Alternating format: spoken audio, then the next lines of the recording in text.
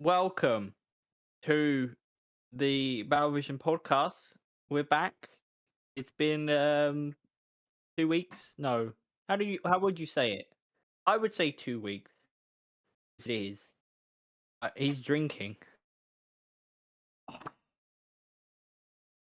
I guess you Well, can't actually see it, really. terrible. Yeah, that was a terrible idea, Harry. Because now you're gonna definitely need a piss in like the next 30 minutes, right? Yep, and it would take about that long Guaranteed. as well. It'd take... Yeah, that was a huge mistake. But Yeah, I don't know what you were until then, saying at the beginning there. No, it's been the standard amount of time since the last I podcast. know, but like, would you call it 2 weeks? Because like it was, I guess, right? Like, Yeah, I think I would. I think I would say when it's been 7 days plus another 7 days, that tends to constitute 2 weeks. Otherwise yeah, known as a fortnight. You're making a fool of yourself. that's our job. No, that's Well, my it's not a job. job, but that's our hobby. Oh, I heard a bit of echo there. Is everything okay? What, my cat?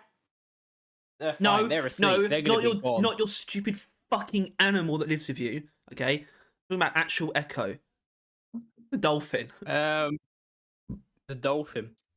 No, I don't know.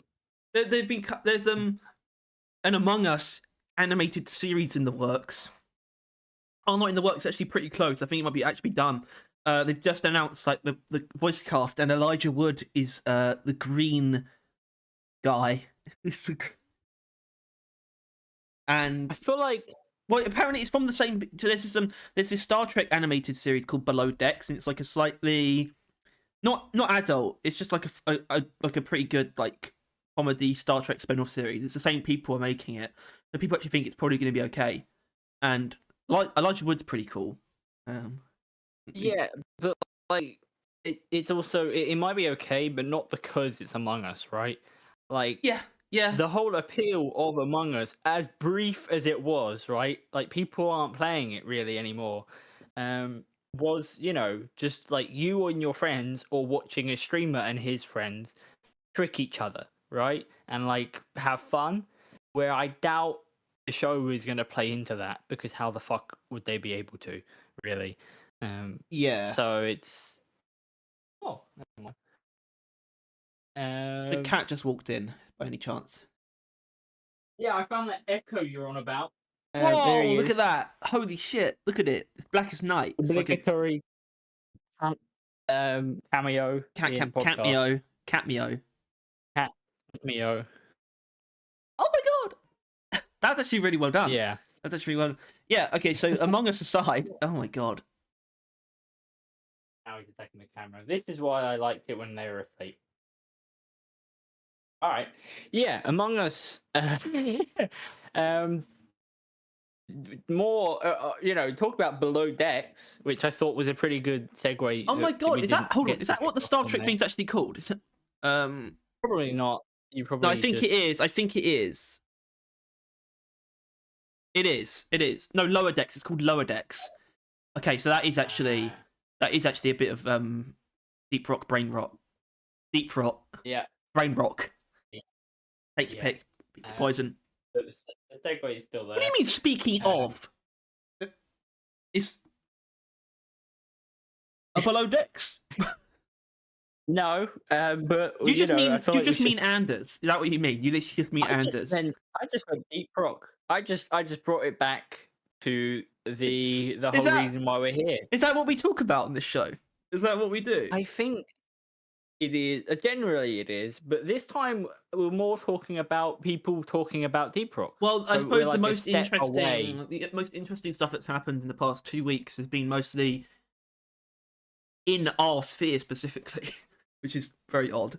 Or at least as far as we're aware, the only bit of news has, of course, been the Easter announcement, which isn't. I don't really consider that news anymore, and that is a weirdly potent discussion that I don't know if I actually want to have. About whether or not you can even consider those things news, but that's kind of like a pretty big deal as far as the channel is concerned in terms of the engagement we've been receiving recently, because so obviously, yeah, okay, the Easter event gets announced whoop-de fucking do for some, and that's kind of the attitude I had going into it. It's just like, well, this isn't news anymore as far as I'm concerned, but I've still got to do this. But I thought maybe I could put a spin on it, some kind of spin. And basically, That the spin was clickbait. So we're breaking new ground here. Pretty much. But so basically, the video itself, in terms of like the branding, so the title and the thumbnail makes it seem like I'm calling out the event, which I'm really not. But it's because I noticed how, if you look at the Steam comments on that post for the announcement, you see so much shit being flung at Deep Rock, right? You gotta be wearing like a full hazmat suit to go in there, otherwise you're just gonna get covered in fecal matter. There is that it's really awful. Is there? What meme? The guy putting on a hazmat suit, walking into a room, and there's like a sign above it, and then people change the name of the sign. I'm pretty sure I've seen it in a Deep Rock community before, but I think it was referring to the what was the like Sludge Rock Galactic or something, where it's like the Reddit one that is dedicated to awful it's just takes called Deep about Rock Deep Rock. Sludge Dump, what it's called. Yeah, some I shit thought like you that. or Deep Rock Fashion, equally as bad. I guess. Where you want to go to see people flaunting their disgusting modded cosmetics, turning themselves into kobolds and whatnot. Gross. Yeah. But so you did that's some fire dialogue. That's some fire. We're like what 70 into the podcast. This is how good we are, right? We're experts at conversationing. But we definitely haven't gotten better. Just spoke over you. Is that as well? I think we had peaked before the podcast. But that video obviously sparked some discussion, right? I think, to put it lightly. Well, that was the idea. When I kind of knew what I was doing, I think, beforehand. The idea was just to see if people have got anything to say about this, about what the holiday events are now considered to be. And I would say most of the replies were much more level-headed than what you would find in the Steam comments, certainly.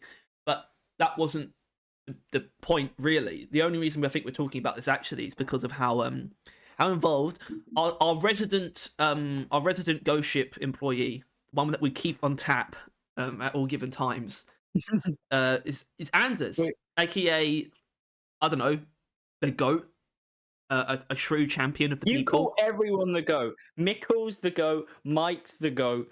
Like. All of them are the GOAT, as far as you're concerned. Whenever you name anyone. No. Mickle, Mike, and Anders. And that's it. That's it. That's all they need. Everyone else can leave. I don't think that's how the GOAT term works. I think the greatest of all time is refers to one person, but it's fine. Oh, wait, what about Gotat? No, no. No, Gito. Gito. Greatest free of all time. Greatest free. That's right. That works, doesn't it? I suppose. But yeah. So we got some comments to talk about, which we already had before this video, right? But then that certainly. So the only comment that I'm gonna include from the Easter thing is Anders' main comment. I don't want to go through all of those. Why not? Okay. All right, give me 2 minutes then. I'll have to add them in. We're back. I could have had it so we weren't grayed out when I pressed start unpause the recording. You wouldn't say that you're playing the recording as you're recording it. Put the fucking cat down, Tyler. Come on. He's being annoying, so I'm trying to annoy him back. Yeah, if we're just going to cover this one, apparently, we are.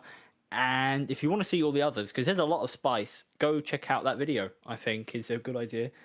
Well, specifically that video's comments. It's a lot, but you can. It's quite interesting. If you want to hear a lot from Anders, it's a good idea. Yeah. But we'll give you a snippet of it here. But yeah. Should we start? Do you want to read it? Is that? Who's going to read it? Well, hold on. Currently, Maybe I can't read it, you can't read it. so You can't read that it makes the at all. decisions Well, slightly easier. let's try and. No, no. I want you to be able to, in case, because I don't want to be doing all the reading. Hold on. So you Alright. can read this, but what would you even? What part would you even read? I mean, this is the first comment. I We, guess we since wouldn't. you wrote our response, would you want me to read Xander's? Why would I read the response? I Because don't feel like we don't need to read the response. Also, there's a read more bit, so I think we need to ignore. I can basically give my response like abridged anyway. Also, hold on. alright. I just noticed something. I just want to offer a very sincere apology for the fact that this isn't even the full comment. Hold on. Okay, great. Tyler can read it. Yeah. So this is amazing production value. I must say. Yeah. Honestly, my laptop just seems like it's just having a bit of trouble in general, which is really not good. I don't appreciate that. Although I think for the recording itself, it should be fine. Anyway, so yeah, Anders left essentially a, what would you call it? A clarification comment. Yeah. Doesn't tell us literally Elaboration. everything. Elaboration, incineration. Evaluation. Aye, I'm not the flesh of your bone in the blink of an eye. Indignation. Indignation. Tyler, read it. Come on. Oh, but so here's the thing. Events like these are already pre-made. Should have put a picture of the thing in that second.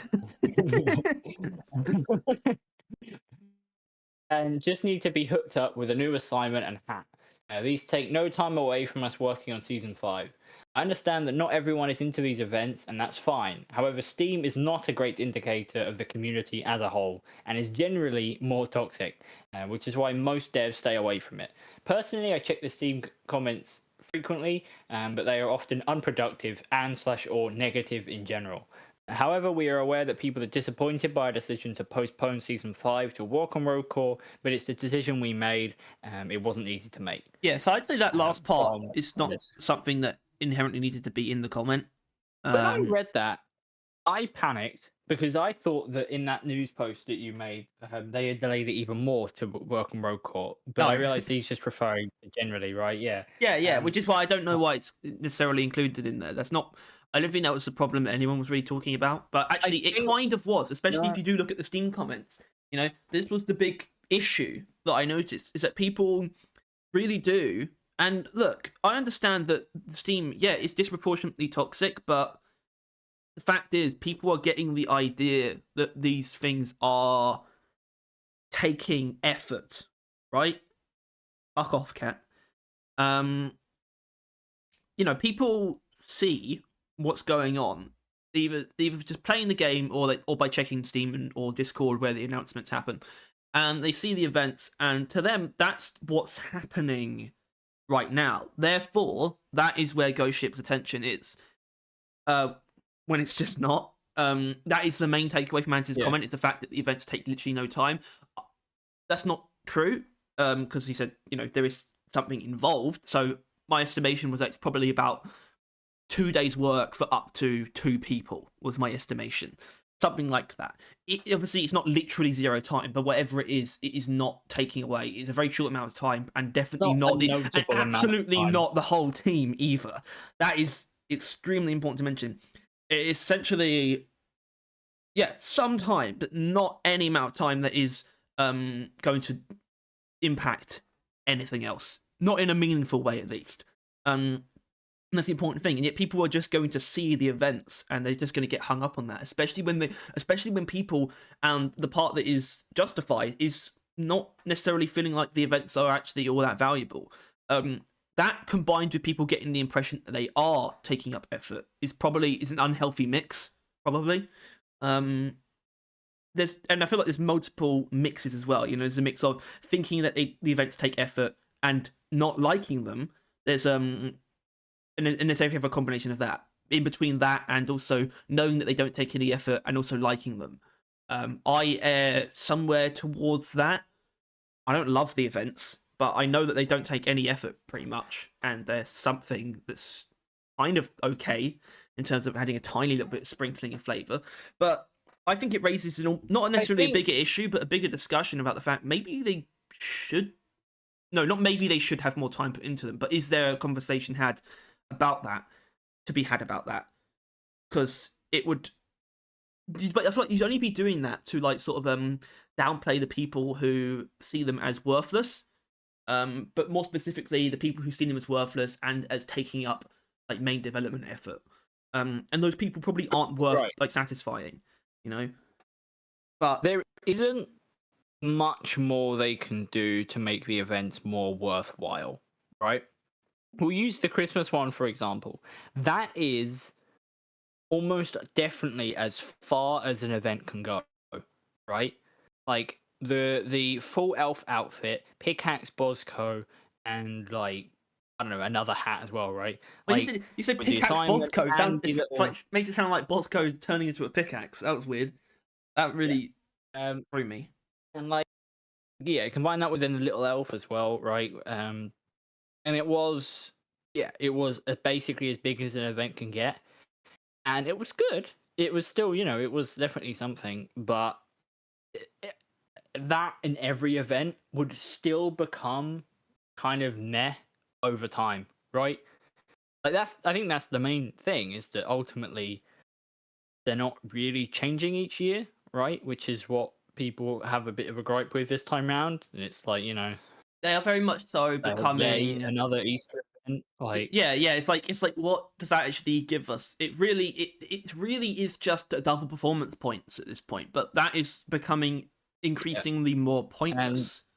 As someone in the things go comments on. did say that, like, which was the only short one. It was like, yeah, but who hasn't finished the pass by now? Like, it's like you said something like Exactly, that. And I've but then kind it's of got to like agree with him. those kind of things don't really mean anything because it's not like Ghost Ship are taking extra time to make something that is going to give people double performance points. It's potentially just Exactly, which it's is why automatic. You know, you, that's the point. It's automatic, but it's also kind of boring. It's very difficult for me to navigate because I don't know where I stand. I don't know if I think they should put more time into them or not. I am on the side of I think definitely not. I think, but I'm not saying they're not you, boring either. They might be boring at the the same amount of time. time you would have to put in to actually make it worth it is absurd, Yeah. right? Like, I genuinely think that like there's basically nothing they can do. And even when if they were to manage to do it one year, they would then have to one up that the next year, or people would get bored with it again, right? Like I feel like it is a unwinnable battle, which is why they've just left it on like autoplay and just kind of like moved on because it is the best shout. But what I do want to kind of mention is that like sure these events are taking up no energy or manpower now, but they did, right? Yeah. Oh my fucking god! Like, do you remember that period of time where like it was like we probably got season 4 like a month later because they were working on events. I Yeah. mean, it's just essentially, but I mean, well, our theory is probably a bit more than a month, but still, like that is kind of like yeah, that effort, that work didn't come from nowhere. Sure, they're not spending any now, but like season 4 would have been like a month or two earlier if they didn't work on these events, and that would have actually maybe not gone down as poorly. If it wasn't even later than usual. Um, so you do kind of have to think about it. Like back then, we kind of realized what they were doing, and we were thinking that hey, this is a pretty good idea if they can just automate these events. Mm. But we're in the future now, and we can kind of see that still wasn't worth. I don't think it was worth that either. I genuinely don't think these events were even worth like automating. Really, I think they're just kind of like I guess they're Yeah, at a good because you point get to now. the you kind of, but you get to the point where they're so unchanging, right? That they essentially just wash over you and don't have the original intended effect. Which is, Yeah, I like mean, they I don't give a do shit because that we they used to actually do do. something really No, like we at don't all. actually give a shit. We don't actually care. It's literally just And it's we've basically taken it as a means to force, well, more so force you to play for a little bit. But yeah, pretty that's much. only Yeah, because there's nothing to do otherwise.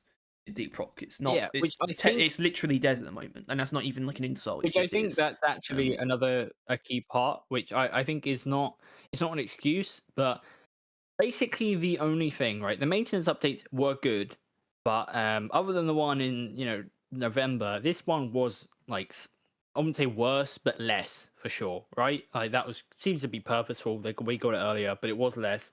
And so basically, any time they hear from Ghost Ship, it's about an event, right? Yeah. Like every time they hear Deep Rock or like come join now or like there's something to do on Deep Rock, every time like more often than not, right? Like since we got season 4, there has been how many events? Summer, Since um, season 4. Since season Oktoberfest, 4. Summer. Halloween, Christmas, New Year's, anniversary, and now the Easter one's coming up, right? 7. Like Yep. that's if we include the Easter one because we've heard it from it now. That's 7 events to 2 maintenance updates, which is a majority of the time Mm-hmm. it's an event you're hearing about. Yeah. And what is the event? It's a hat and an assignment. like there's something in the case that gives you some performance points, all of which was there last year, right? None of this is really actually new, I don't think, right? Like that, and that's kind of I think that's the main problem is that people are like they're so thirsty for something from Deep Rock, and they're basically getting exactly what they got last year, and it tastes bad, like real bad, and I think that's where all of this stuff is coming from. But ultimately, I think once again it's an unwinnable situation. I don't think events could be any better. And I think the only way that you can make the events taste better is if you were doing like actual Deep Rock stuff. Like if we had gotten season 5 already, I don't think people would be bitching about the events, right? I don't think they would care anywhere near as much. No, not But it's even because slightly. it's because the events are basically the only things we're getting that people are starting to kind of rely on them, lean on them more than they should, right? The events were never going to be a big deal. Now they're the only deal, right? Kind They're of. like the Yeah. deal we get. And obviously now they are working on season 5, which is good and all that stuff, but we haven't heard much about it still, right? The anniversary event said they're kind of working on it now, and we know what we're getting, which was good. But we haven't had a below decks, we haven't had a news post or leaks or anything like that. So as far as them working on season 5 is concerned, it's completely irrelevant to the player base, right? If we get nothing from it, what does it matter if they're doing that or not? Really, right? Like if they are or are not working on it, it doesn't change the current experience of the game, really. Um, so I don't know. It's kind of what did you expect? People, we're gonna get tired of these events when they're the only things you get. It's Mm-hmm. like I don't know, trying Do to you sustain hold yourself on? on Do like you a think sweet every day. do you think season 5 would actually have been? This is a weird. This might be a weird question because there's a lot of layers to it. Do you think season 5 would have been out by now if they didn't spend that time working on the holiday events? Because I would say Uh, probably not. Probably not. No, exactly. Which means it would have been even Well, I think longer we would have between gotten season season 4 and 5. 4 earlier. Yeah, Yeah, I guess. But which they wouldn't would have have looked maybe been good. able to spend more time on road core. So road core might have actually come out earlier. Um, or like I don't know. I think there are things there, but I think ignoring all the future stuff, if we could have gotten season 4 earlier, that would have been better, right? Even if season 4 would have been just as bad, right? Quotations because it's not that bad, but it's the consensus. Um, Well, season 4 but as it was. just If see, I saying, think if I we got can't it remember what earlier, we said, but even if it was like, I mean, 6 months, maybe not. If it was like a bit less than 6 months or something, obviously it wouldn't be because I think it's basically impossible for a season to be quicker than 6 months sure, now. but Oh, especially I now. get But what you're even saying. before. But I mean, like, if it was like literally the shortest time possible within like what there's been a precedent for season gaps, then season 4 would have been okay. The problem is that it was 7.5 months as opposed to like I don't know just 6. It was just 6. It might have been okay, which is why we theorized that the holiday events took maybe 1.5 months, something more like that. Given that Yeah, season 4 was 7.5 months after season 3. Um, I think like quantity and generally like it being even earlier than usual would have been nice. But at least if it was the same, people would have kind of just accepted that it was another season, but they kind of fucked it up, right? But it was something we waited even longer for, and they fucked up. And it was a really bad, it was a shit show, right? Like, it's definitely the most openly negative the community has ever been to Ghost Ship. And I still don't think they really recovered, right? People being negative about Ghost Ship is a lot more common now, I would say, right? Oh, I mean, it's not. Like, I don't even know if it's going to stop with season 5 for that particular not in the Steam sect of comments for sure. people. That particular sect of people. I mean, you see such. The problem I have with those comments is, I understand the idea. You do just get disproportionately toxic groups of people for some reason. They just make a habit out of It's shitting just on hate. things, but they do still, beyond just accepting them at face value, they do actually piss me off when you see ones that are so dishonest, right? Yeah. You'll see them, they'll only list like 2 things that are in the update, right? I'm talking about people complaining about season 5. You'll see them, they'll list like 2 things in the update and fully commit to that being the only things they're adding. And it'll be something like, oh yeah, a new shitty mission type and a couple reskinned enemies after a year. That's the kind of comment you see. It's like, that is so dishonest in so many ways. Probably less than half of what's going to be in that Yeah, season, and and also, that we already obviously, and the know. mission type thing is like, you can't. It's less faultable, but I would still say you're not really paying attention to what they've said about it. But then it's like, oh, a couple reskinned enemies. Just like, that is a ridiculously If unfair you, assumption. First of all, they literally say I things mean, like that as sure, well. sure, but I think if you assume that the new game mode is going to be bad, you are uninformed and invalid, right? Like, you are so clearly like buried in the bad faith that there's no. Well, I don't get why you're even still like in the Steam comments of this game. If you assume the next piece of content is already going to be shit, why do you care, right? Like, even if like it was only those 2 things, or just anything, it doesn't make any sense, right? If they genuinely think that everything they're adding is already going to be terrible, why are you sticking around? Right? What else could they add? If they added a game mode, a biome, all like primaries for everything, new guns, all of that shit, right? This motherfucker would still probably say they would all just be bad anyway, right? Like, he would look at that and then like cut half of the content off and say that the new guns are going to be really shitty and the map's going to be terrible. Like, that Yeah, person is impossible to please, and I don't get why they're even there in the first yeah. place. Say, I mean, Like, because I see there was ones. no I've reason to seen like assume. multiple comments that are like, one. I've literally seen one that says no new guns, Lamal, and it's like. And I mean, I get it. Like, I get, this is like the excessive toxicity, but I don't believe that person knows what they're saying either. Even if they're just being, like, if they're being exaggeratedly negative, just for the sake of it, it doesn't take away from the fact they probably don't know how much effort goes into weapons. They probably are thinking, like, hello, Mao, this game's still not getting any new weapons. What a joke. I I think that, and I don't just think, I'm almost 100% sure anyone that is like using the not like they don't we don't not getting new weapons argument started playing the game from around season 1 onwards. Like, Must I have done. refuse to believe that anyone who thinks that like we should be getting new weapons right now and the fact that they're not is a joke. They clearly were not playing before seasons. No, like definitely like not. they were clearly not there when like we got those second Gen 2 weapons like pretty soon, in all fairness, in comparison to the life of the game, but then the gap of until Yeah, Gen but that 3, that only right? happened because that only went that way because they were developing them simultaneously, but they chronologically, but simultaneously. They still did the primaries first, but they were still working on them all pretty much simultaneously. And it was more like I assume it was more like deciding that the primaries were going to be in season 1, and then like not fast tracking them, but then prioritizing them. So it makes sense. I don't know when the decision was made to split them across 2 updates, but it was What the hell are probably. you going on about? Oh, I'm who just knows? talking about the gap between Gen 2 and Gen 3, not between the primaries and secondaries.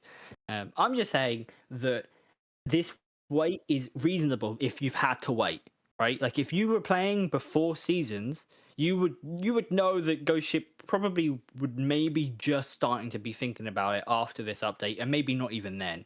Like, but if you're new and you joined the game during season 1 or season 2, when you immediately got these new weapons and they were a thing, you would start thinking that, hey, it's been like a year or two since we got those new weapons. When are we going to get more? Like, you don't understand that it takes a while, So, I mean, it is right? kind of scary thought. There probably are people out there who genuinely think, based on like the experience of having joined around season 1 or 2, that is actually they actually saw that as like the kind of pace of weapons being added, like The that's what it should standard. be, and they see it as the game falling off when they don't add more within the next, I don't know, 2 or so updates.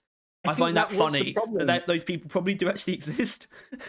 I think that was the problem with season 4 doing, like, season 1 rather, doing so well, is because so many people thought that season was the standard, and also then didn't have to wait the a while until season 1 came out, right? That there was a fair amount of gap before season 1 came out. So they joined to season 1 coming out, which was a lot of content. Therefore, that was their standard of update, right? Season 1 was their update for a lot of the player base. And then you reinforce that with season three's huge amount of Two. players that Oh, increase. three. All No, right. Hold on. yeah, I didn't know what you were trying to um, say at first. yeah, like Players. Yeah. season three's huge new wave, and at that point, it's like people expect season 1 and season 3 basically all the time, right? That's their standard of an update. And while we think season 3 was lacking in a fair amount of areas, well, not really lacking, which is not really what we wanted from it, it did still have a new set of grenades and a whole new like faction and all that stuff. And it's just anything that isn't those things now feel like subpar waste of times to those people, which is a lot to people, Yeah. because Season a three is a lot of weird one. people jumped on during those 2 times. Season three is like hitting the right things. It's just not doesn't feel like the actual what those things are in terms of specifics was all that well chosen, right? That's how I kind of see season three. Like grenades is a very direct addition of new equipment, but it wasn't inherently the best idea.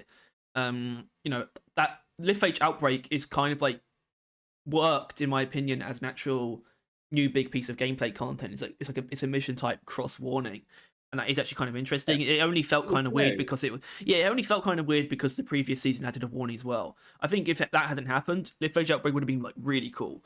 But it still wasn't most well executed. Season three is a good template basically, but not like but the specifics of it should not be copied, right? It should be like Yeah. very direct new equipment, a big new piece of gameplay content, and new enemies as well. That's sort of the stuff you need, really, the biggest stuff you need. So it's a fine as a template. It's in terms of specifics, it wasn't quite there. And then of course season 4 just didn't have any of it. It's still so Yeah. crazy to think, isn't it? It is actually kind of crazy. It is actually kind of wild, and I like we've talked about whether or not Ghost Ship should talk about season 4, but I think after them not doing that during the anniversary, I've kind of come to the conclusion that they shouldn't. They should just keep pushing ahead, right? Because we know that Just, season 5 is going to be so much better. So just focus on it just, and show that you can do yeah, better. And I think that's what they're doing. I think instead of like saying, "Oh, season 4 is showing not and not what updates telling. should be," they already know Yeah. that. Everyone knows, including them, that season 4 is not what a season should be. And that season 5 will be the Just thing that tells us that, instead of them just they've apologizing for already season kind 4. of. I think yeah. There's a difference between showing and telling, and it feels like that first maintenance updates was them showing, right? That was them like showing that they know what they did wrong, and they added a bunch of stuff that people really wanted, right? But I think they've done an example of telling and not really backing that up as well. Like if you want to flip it, where they said they were going to be more open. I'm not sure. I don't think they've really showed that they're being more open. I guess how much they revealed about season 5 during the dev stream is something. Admit that was a lot more than they would have normally have done, right? That Yeah, early on. I guess. But Well, I guess the idea of open development doesn't inherently. Wasn't inherently a promise that they would start showing stuff earlier. I can give them that, but I am still being very I guess eagle-eyed, you could say, on what they're actually doing, saying about season 5, because at the very least, when they do start showing stuff, it needs to be more than usual because that's what they said it would be. They talked about like all sorts of things like dev blogs and below decks posts and actual Steam posts about like the development of season 5.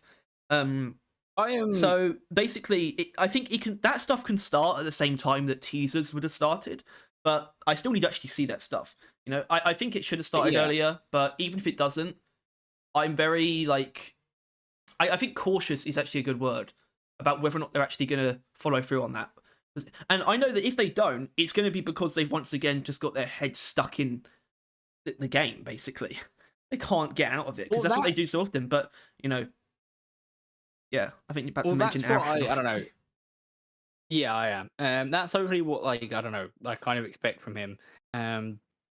Where I don't know, it's just like whenever they tease something, I really do hope slash expect a behind the like below decks on that thing basically immediately, right? That would be a Like really good way of doing it, actually. on like on the Thursday or something, maybe they only leak one thing a week and they do it for like a longer period of time. I think that would be pretty nice. But because like they leak, like let's go with the Glyphid Stalker because we know we're getting it, and I think that would be interesting. And they leak the Glyphid Stalker in like a little video. It shows him like going invisible and sneaking up on you, and it's like creepy or whatever, right? They know their usual dramatic trailers or whatever, right? And then that goes live, right? They do that. They do the whole stream, and then once the stream's over, they'll post it to Reddit with a below decks or something like that, right? And that below decks will basically be like the Glyphid Stalker. I mean, the Glyphid Stalker is story, eh? well, it's right for it, isn't it? It's had such a fucking It is. interesting lifetime behind the scenes, so that's right for it, really. Like, why did it? It would start with like it being come up with the same as the Stingtail and the spreader. Why it fell behind those two? How they changed it to make it like to solve whatever problem that presented, and then its current product and everyone who worked on it on the way and them talking about it. I think the Stalker is probably going to be the easiest thing to do a below decks on. I would imagine, right? Like there is a story there, clearly. But I don't know. That's kind of what I'm expecting from probably not all teasers, especially if they do 2 a week, but like the juicier ones at least, right? The ones with something there. Like I think the Overclocks one would be pretty cool. Some of them. I don't know how they. I mean, I'm thinking about. I'm kind of thinking about Overclock teasers and the fact that they will almost definitely do some. And it's kind of the idea of there should be a good amount of those overclocks. Like at least half of them should be able to be teased, if you know what I mean. There should be like something that's immediately observable. As soon as you shoot the weapon, there's something that you can see immediately, like or either as soon as you shoot it or as soon as the projectile hits something. Either one of those things. What they did for like roll control, right? Yeah, How they put that in because you could visibly see how much. Well, the easiest one would be the hurricane. Because if it is a radioactive overclock, then you wouldn't even need an enemy in the video. You literally just shoot a rocket, it hits the ground, and like a pool of radiation spawns. Like, it was such a simple teaser. So those definitely can be teased. Is what I'm thinking. Because I know it's probably not actually a question of whether or not they can be, but they definitely can be, and they should be able to be. I don't know why I keep thinking about cluster grenades because obviously we're not getting that, but.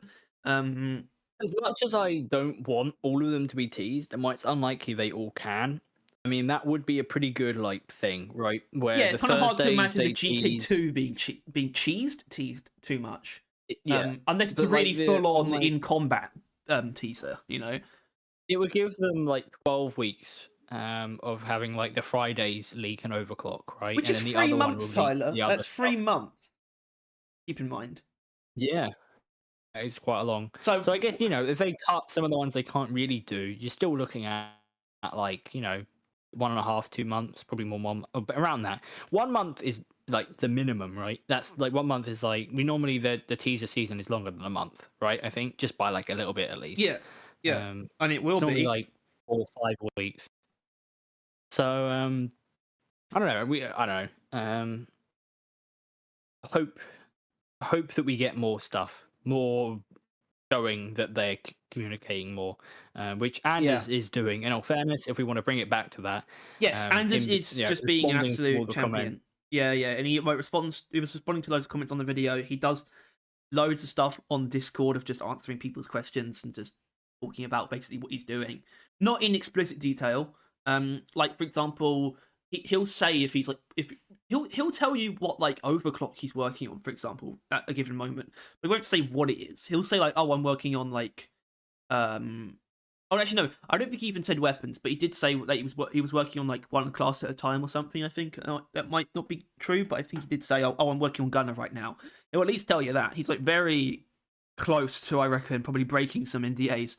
I don't know, but yeah, Anders, just great stuff. But more than And not thanks for commenting. well, not more than hearing from Anders, but maybe equally, we want to hear from you. We've got so many fucking comments. And that is kind of the point of this episode. So I think it's high time to lay thine eyes upon these correspondences that we've received.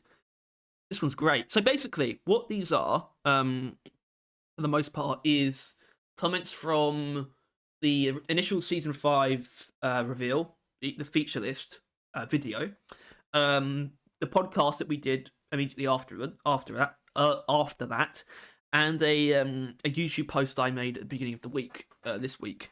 And so these are all things relating to what you all think about what's been revealed about season 5. And I think for a lot of them, some of them are going to be like this one, but some of them are going to be more like pretty big lists. And for those ones, I think we'll do it in like, we'll stop after like each point or most points to say something. But for the most part, you will be driving the discussion today, which is horrifying. Please don't drive us off a cliff. Yeah, starting with, so I mean, they're in chronological order as well, from oldest to newest, so it's always good. And it's very good that we actually chose to do this now, not as like an emergency, or we didn't try and use comments in the last episode, because we actually got the biggest comment that we're going to use today, or last night, or something. So it's very good that we took this time, I guess. But yeah, first one, very elaboratory, very florid. From Monkey, cosmetic filtering will have the most impact. The rest is all right, I guess. Yeah, you count on Monkey to have the most nuanced take.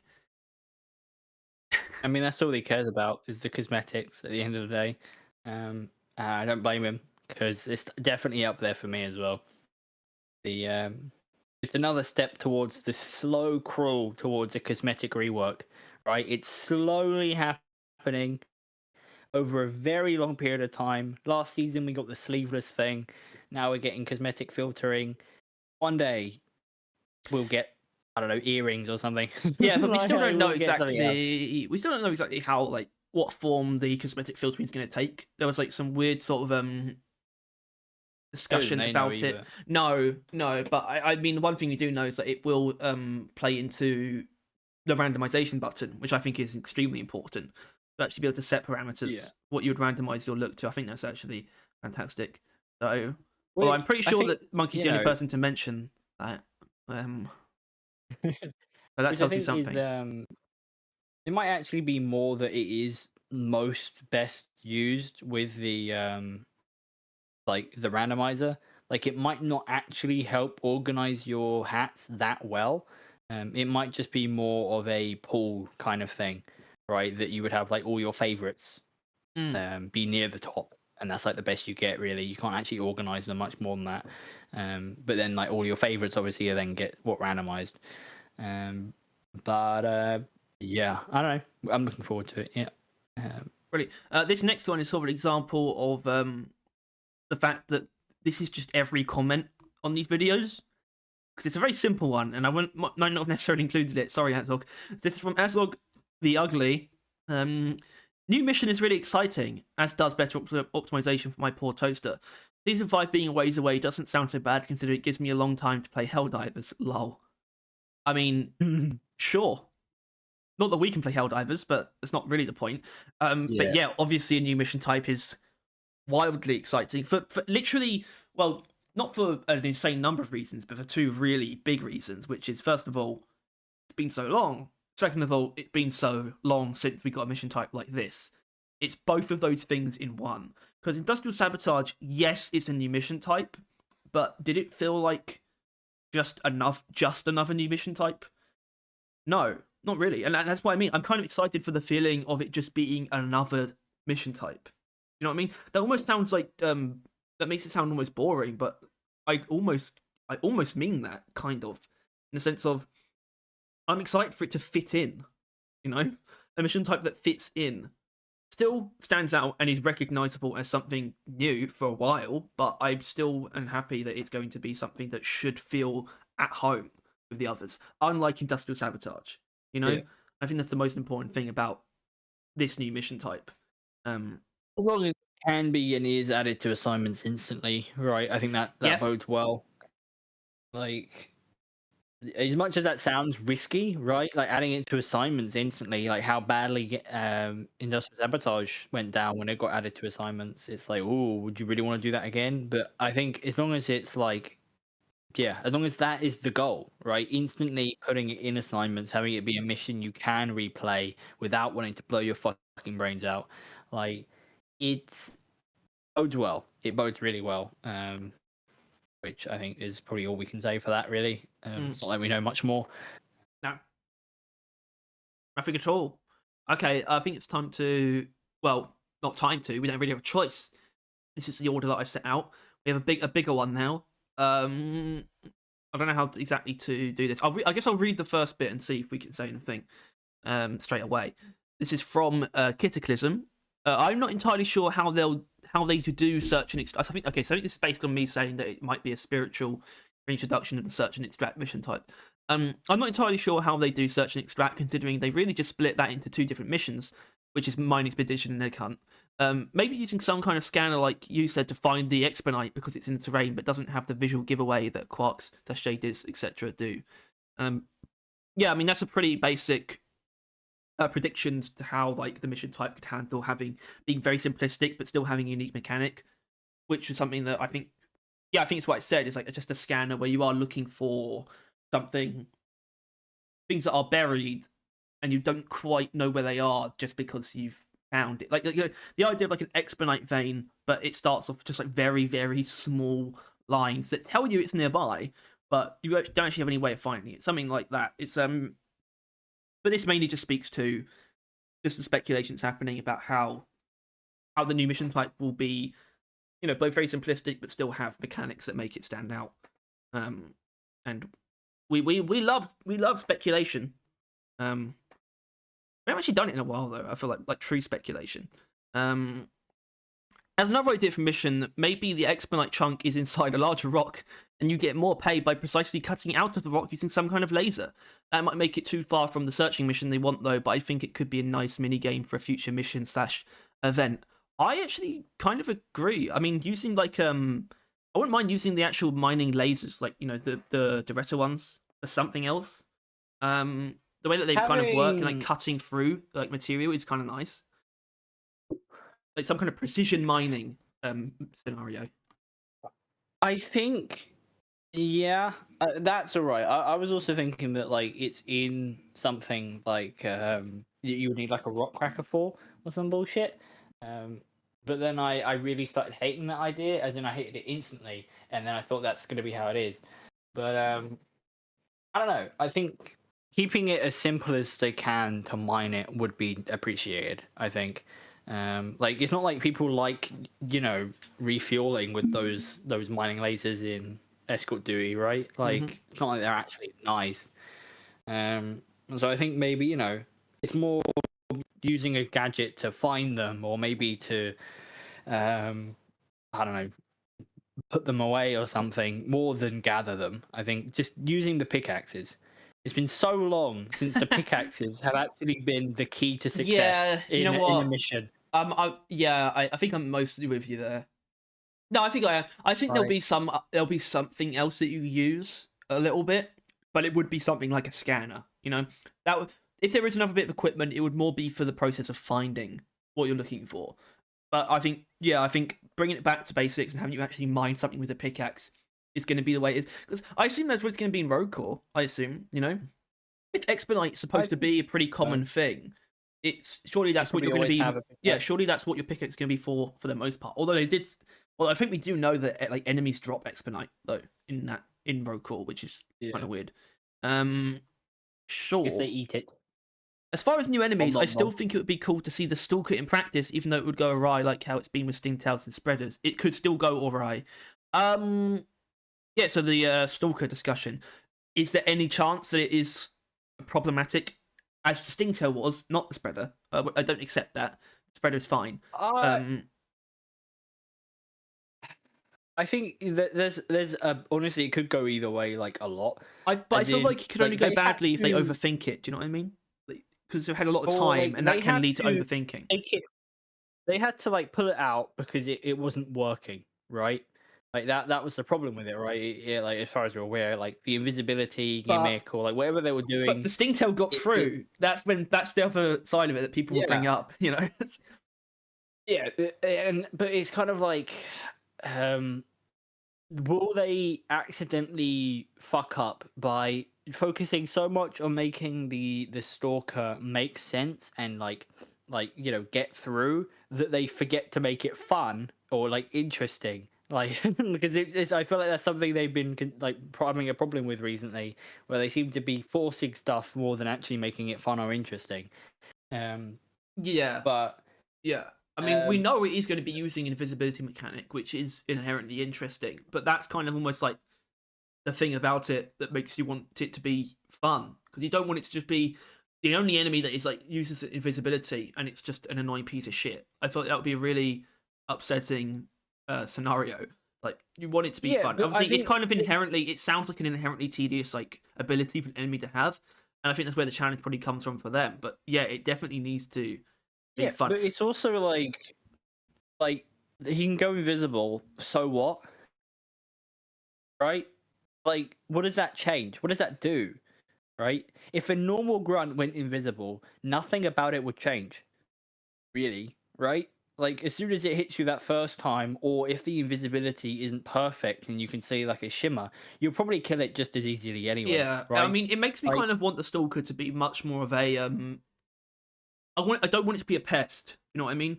I want it to be something that you is like hard to kill in a way. I want it to be like oppressor levels of like rarity, and to justify that is what I'm saying.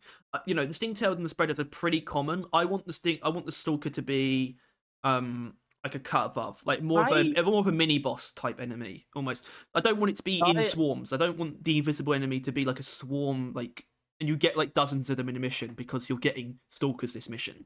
I don't want it to be that kind. I I want it to want be it. an oppressor type enemy almost. Um, I want it to be a cave leech type enemy, where it's or that. something Yeah. that um maybe already even exists in the cave, like they're actually not part of the normal spawn pool, because that might get like out of hand, but it's something that like you'll forget about, and then it will murder you if given the opportunity, like at that point, where it is like really really well hidden, but there's like some sort of cue still, right? Like maybe it's like it's invisible, but its shadow is still there, and that's like on Yeah. I purpose. mean, I So almost you want can it to just be see the like shadow of a glyphid run on a wall, oh my um, god, that's terrifying. and like and basically like if you don't catch it in time, it's almost an insta kill, right? It's like basically a jump scare glyphid, Yeah, I want it to. it's Well, like a yeah, cave I want leech. it to That's what I'm kind of be. thinking. Yeah, Um, yeah, I think so. But obviously, it's not going to be a growler type, as far as I can tell. But I want it it to doesn't be. I really want it have to to be. leave. Do you know It what I could be mean? though. I want it to be an enemy that does actually flee, because you talk about the forgetting thing, but that's difficult with a mobile enemy. I think, where I want the Stalker to actually be an enemy that uses its invisibility to actually try and get away from you once you like start attacking it. And if it gets away Which from you, it will be invisible, and you'll probably lose track of it, and it will come back later. Like, which there should only be one at a bear in time, is what I'm mind saying. Bear Is in what? mind that's similar to the grabber, the Mactera grabber, Yes, it who is, once you start damaging it runs away or flies away. If you want to twist invisibility for flying, but it's it not good at flies hiding. away, it Still, disappears. not No, no, actually good no, at obviously hiding though. not. But it does fly It's away, not and a sometimes stealth enemy, really. it can actually get away and then come back at a really wrong time and actually can fuck you over. Unlikely though, because grabbers aren't that difficult. But I don't know. I think I would be down for the like the Mac fucking what's his name? Um, I completely forgot the invisible guy name. Stalker. I'd be Oh, down right. for the Stalker to become I don't know the name of either of them, but in Payday 2 and the other one, I think, but we don't talk about the third one. And Left 4 Dead, there's like the type of The enemy hunter. that just fucking jumps on you, Yeah, right? yeah, yeah. I've Just seen that. I've seen the like hunter. Well, no, I saw that yeah, video. It was like a real life, that was in real life, where this person like flew at someone, and it was like it was pretend like the meme was like, although it's like the hunter from Left 4 Dead. it's like Yeah, that guy in that I would. courthouse Yeah, I jumping want it on to the jump. judge. I would love it to jump. I think that makes perfect Yeah, sense. but like it has to get near you, which it can Yeah, only do by being invisible and like kind of sneaking up to you, or like sneaking up on you, I guess is the right way. And then once it does that, like realistically, it shouldn't like like you shouldn't lose all ability. I don't think it'd be the worst thing in the world since the game already has that, right? Like that you got the cave leech and the grabbers, and on solo, if you get grabbed by them, you're kind of fucked. But if not that, then it would like do a shit ton of damage in like a very brief moment, right? It would like jump through you and like cut your health in half or some bullshit. Um, yeah. but I think that is if it's not a ranged one, which I really hope it isn't. I really hope that the Oh, I don't think it's stalker going to be a is ranged not a ranged attacker. enemy. I don't think it's going to be a ranged Like a attacker. fucking spit, not spitballer. Well, it is ranged, but like a web spitter or acid spitter. Like I hope so much, or menace. I hope it doesn't become one of those fucking things where the gimmick is just that it's hard to see on the ceiling because it goes invisible between shots or some bullshit, right? Like It's I don't think there would definitely be that not. stupid. It's definitely not Um, that. I think the Stalker is absolute. I do think there is a good reason why the slasher was its prototype like model, placeholder model. I don't think that's actually a mistake. I think it is a very much so meant to be like a lethal, like assassin type enemy. You know, I think it is going to be an evolution of the slasher, in a way. Um, yeah, whereas I feel like the Stingtail could be considered an evolution of the Guard almost, and then like the Spreader is an evolution of not really an evolution, but just an alternate sort of. Yeah, I think the Stalker is going to reside in the slasher zone of enemies, where it's like a glass cannon, and it's quite just lethal. It's a lethal stabby fella, you know. holy Um, shit! That's mm. my laptop just said it was at 15%, and then I checked it to see if it was charging, and it fucking said 5. The damn thing lied to me. It's about to fucking die. Yeah, you even Anyway, got the yeah, I warning, think it's time really. for Glyphids to jump again. Or a Glyphid that isn't the Swarmer to jump. I mean, in Survivor, the Dreadnought jumps. It's crazy. It's terrifying. The Dreadnought, like, I don't know how to really convey the scale. I guess this isn't too inaccurate if that was like a dwarf and my hand is like not my hand. On this book is like the Dreadnought, and this is the thing. It literally does this. It's terrifying. And I do not want the Dreadnought to do that in Deep Rock, like vanilla. That'd be insane. I would love a big enemy to jump though. But yeah, we still have more of this one comment though. I'll be glad to see new overclocks. I think it being only 12 is going to have some meh reception. Definitely could use more on the guns with less overclocks though, just to even it out. Yeah, so I kind of don't really want to talk about much about the overclocks aside from the idea of the amount. And I think we have, I think we have a fairly similar position, which is, I think we are thinking What have they done? at least 2 for the Warthog, and we won't be like saddened by the fact that it's only 1 per weapon, as long as the Warthog at least gets its 2. I think is kind of my Yeah. position, as that seems fair. And I think it will have some slightly meh reception, but you've really got to think about it, especially with the fact that they probably don't. They really, I think, they could easily make more, but not more that are worth adding. You know, it's not literally just let's add the most overclocks that we can. It's definitely not that. There is a combination of wanting to make sure they are all very good and very distinct and valuable and make sense, and also that they justify adding more to the overclock pool, to the grind. I think that is a legitimate consideration for why they're not being extremely liberal with the ideas that they let get made into the overclocks that they're going to be adding. I think there is a level of control there where they're not just going nuts for the sake of it. because that means there'll be more overclocks. Because I don't think they inherently see more and more overclocks as like the best thing ever. You know, they've got to be well chosen to justify it, I think. I I do think it's I mean it's technically they could have done it in season 4, but it is kind of nice that they're doing this now after they have improved the overclock grind.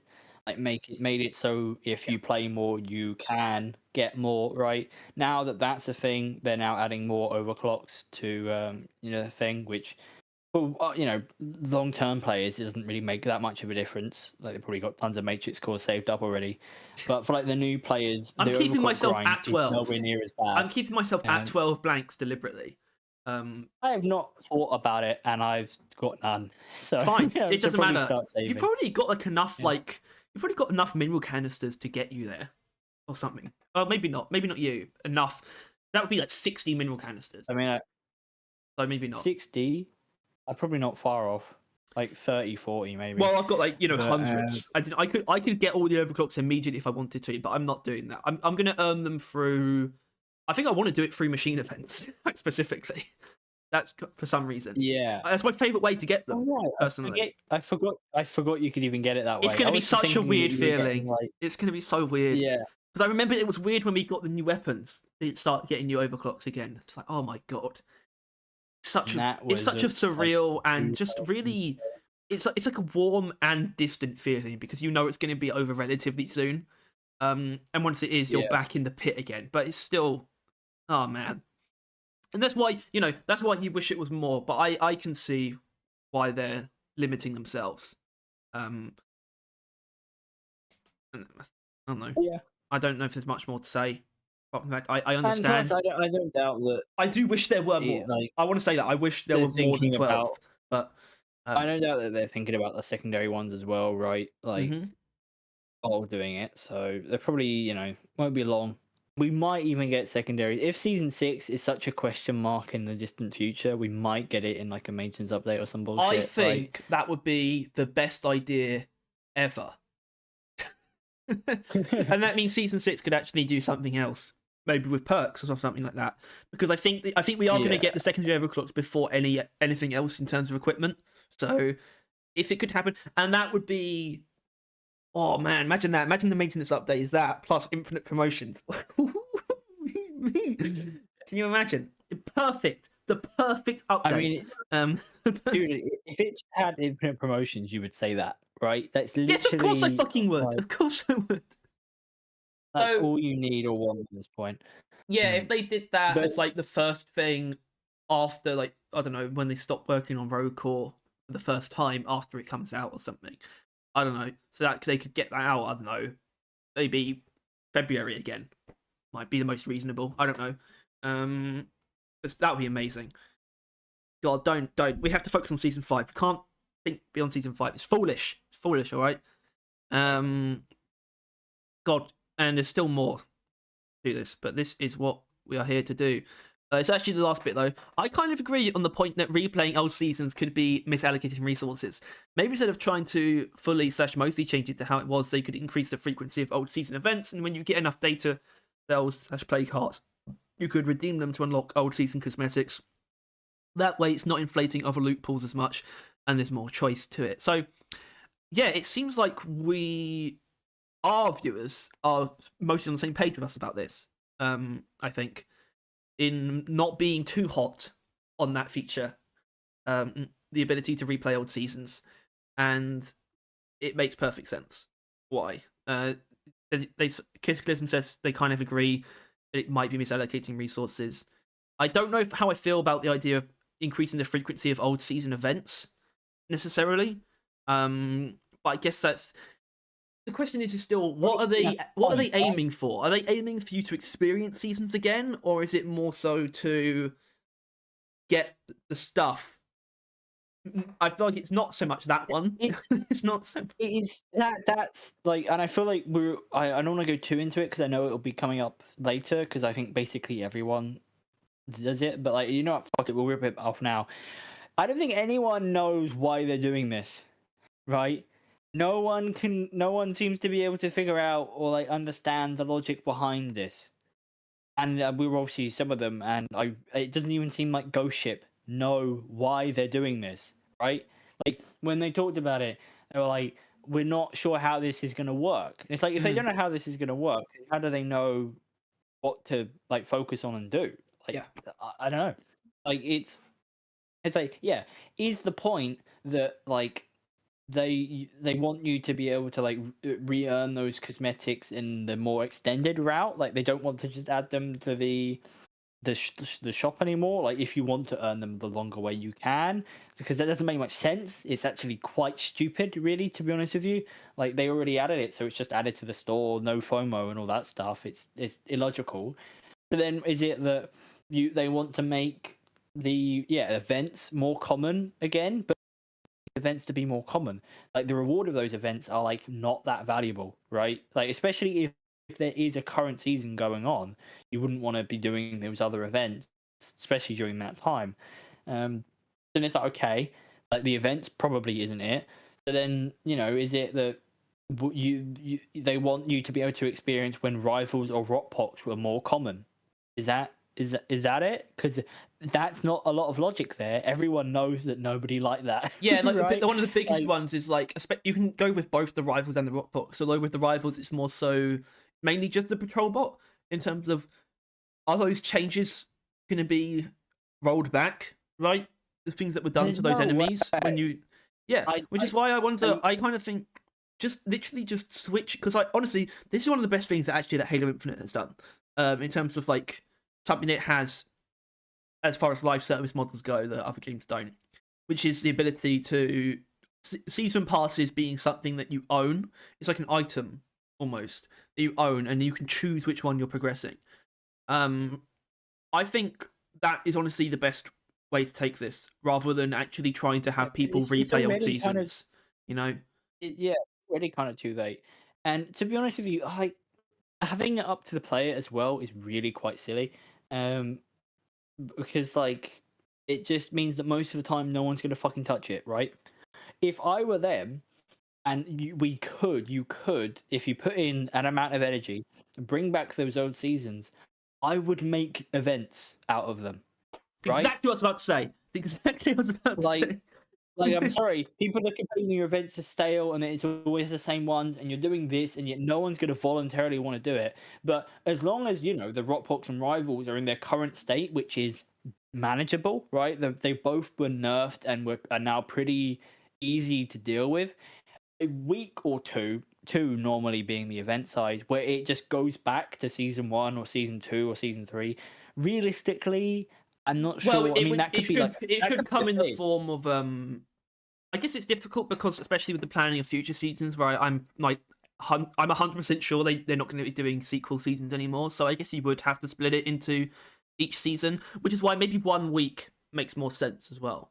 1 week for those events. 1 week per, and you could honestly. I mean, I was thinking that you would separate them weirdly, but you could basically have it be like a I don't know if it would be trailing off the anniversary event or trailing onto the anniversary event, but like maybe around there or whenever there's a nice gap. Basically, maybe the summer holiday bit, right? Where the void normally is. Yeah, yeah.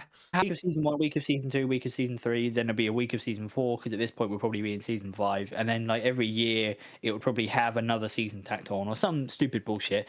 Either way, that would be better, right? Instead Yeah. of always having season one through four available to And that you would at all also times, be such an where interesting event nobody's gonna as well. fucking voluntarily But pick it. that would be such an interesting event if it actually, like, especially for the rival ones, where during that period, it would essentially be giving the entire game the modifier that those events are more common. Like that would feel cool if all of a sudden prospectors and like com routers were way more common just during this specific period Yeah, of time. and it And could be. listen, You this know is what? really, You know what would be really yeah, cool yeah, go on.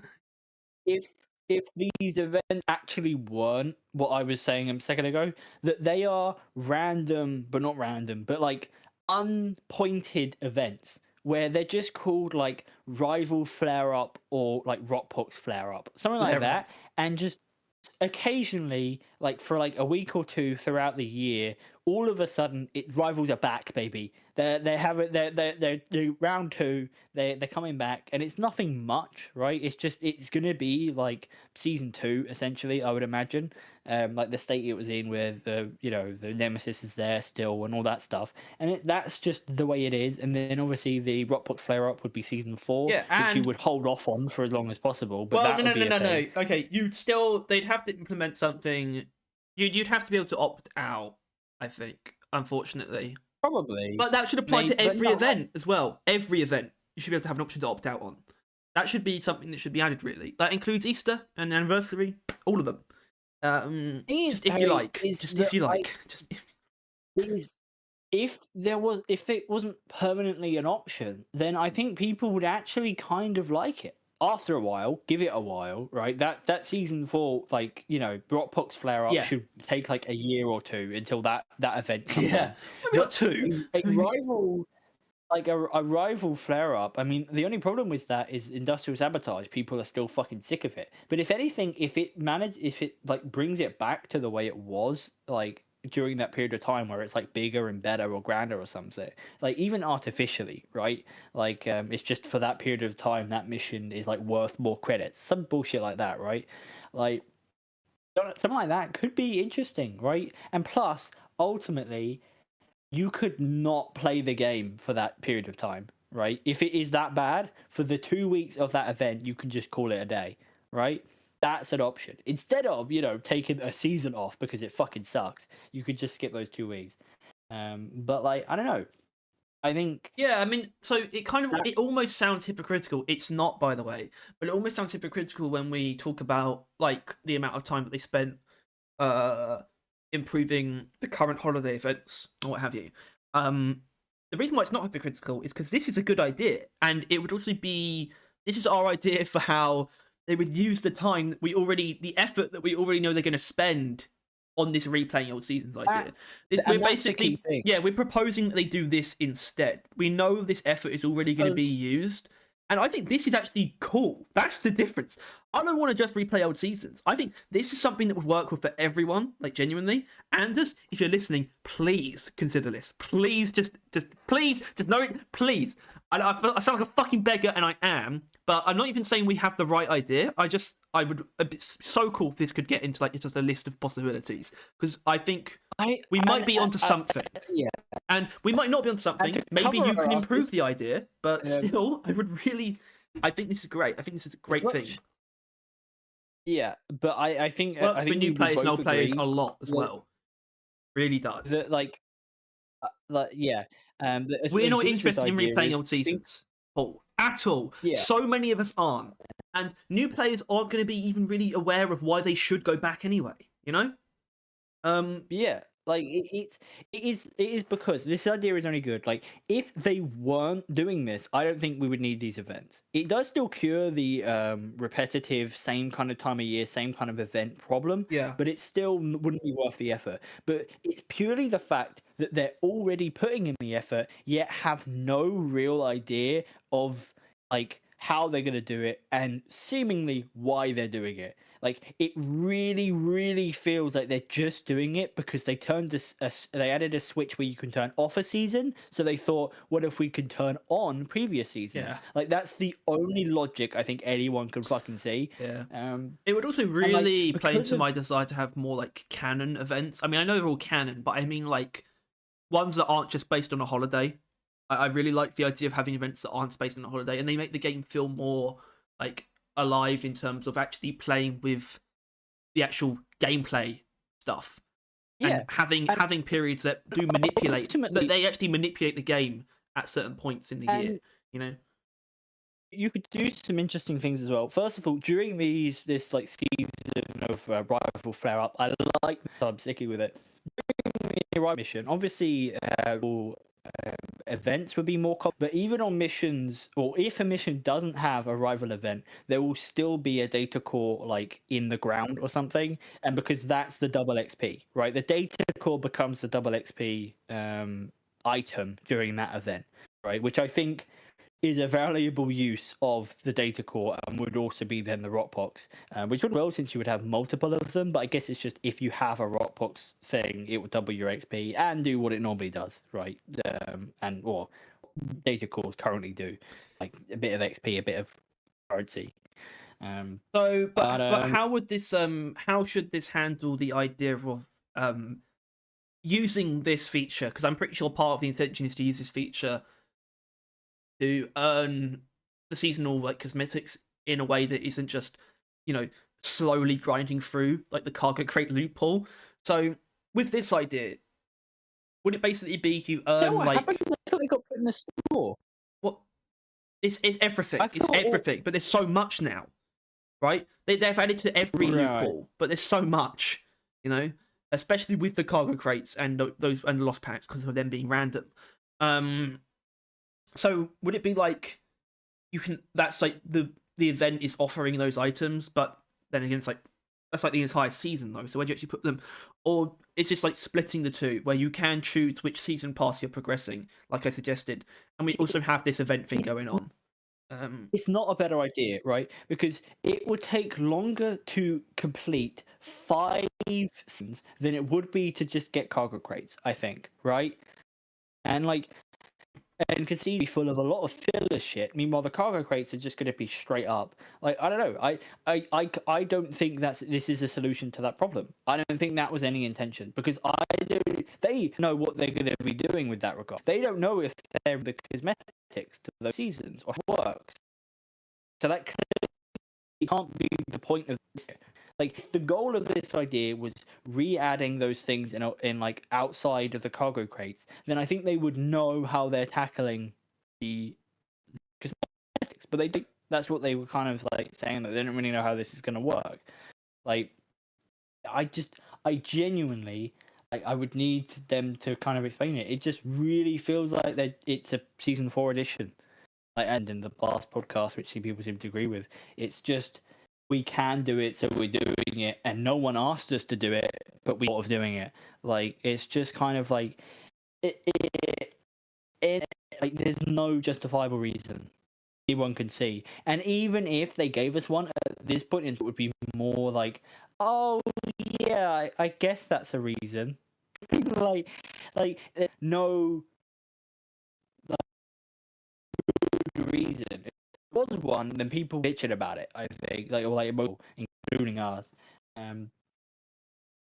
Like, it's just kind of like no one asked for it, no one wants it.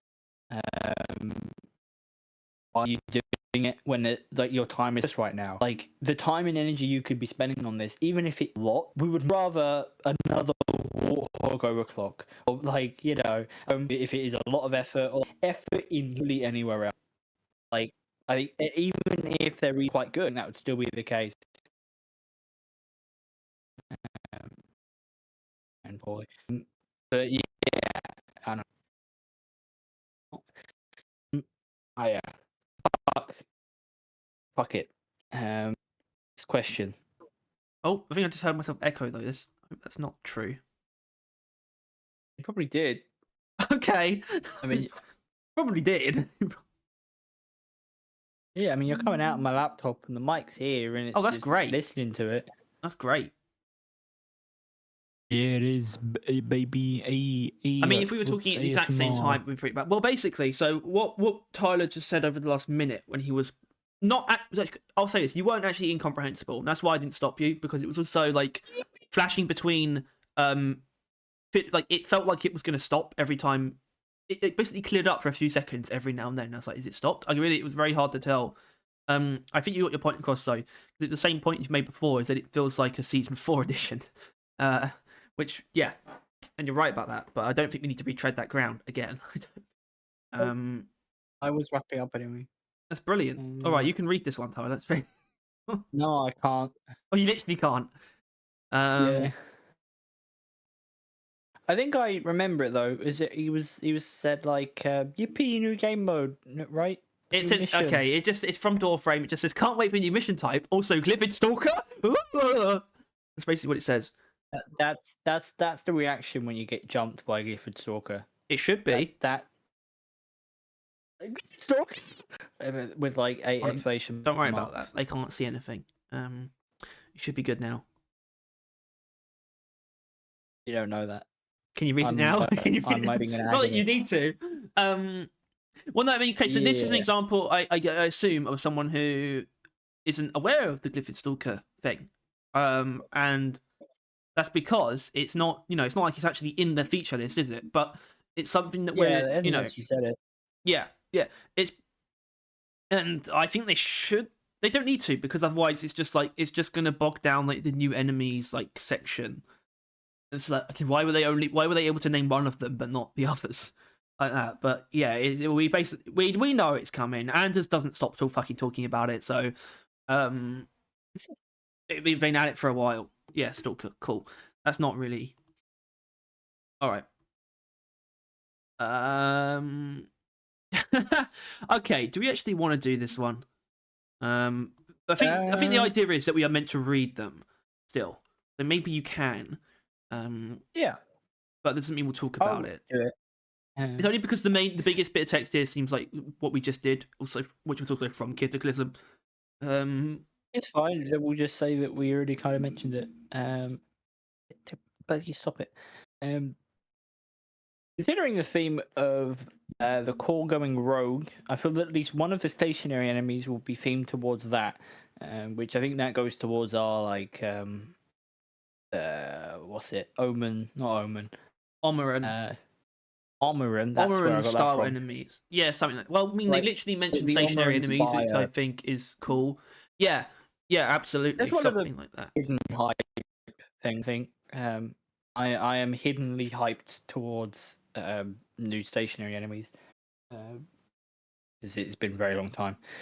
But Okay. yeah, you would think so. I think, and it might be that it's objective based enemy, right? They only appear in the objective with the Exponite, right? And they're Yeah. like tethered together. But Well, I hope that it's Tyler, still a that normal kind of thing though, stationary enemy. that kind of principle is the reason why will almost because you were sort of you sort of said some stuff, I don't know when, probably the last podcast, about how you don't necessarily feel like the season needs to have a seasonal event in it, right? But I think Yeah. it absolutely will, because that's always one of the other means in which you encounter the new enemies, especially a stationary enemy that you can't put in like a new swarm type, for example. So they wouldn't add an enemy and only have one way of encountering it. I don't think that's going to be the case. Yeah. So fuck you. Yeah, and generally events, yeah, they tend to be like retconned things elsewhere, right? So chances are the event could be just a repurposed thing in the actual, right. If something's in the game mode, they'll like pull it, retwist it, turn it into an event. Yeah, like the Omer and Like Hearthstone. It's like a mini event, a mini Hearthstone event where you like, and it spawns, it brings beams up from the ground. Actually, that's not a terrible idea. yeah, it is. Fuck the overrun. Kill me. Also, I think the Nemesis in season 2 was about twice as common as it is now. I think that was related to something we said. Which like, if you want to fight the Nemesis more, you can turn it back to season 2. That's one thing you can do with the thing that they're doing. I still don't think it's the best allocation of resources to do a system entirely to entirely simulate how old seasons worked. Agreed. Standing by a suggestion I made in the Discord to make data cells and play cards transfer into a currency redeemable for items from their respective seasons, which actually that's a pretty damn good idea.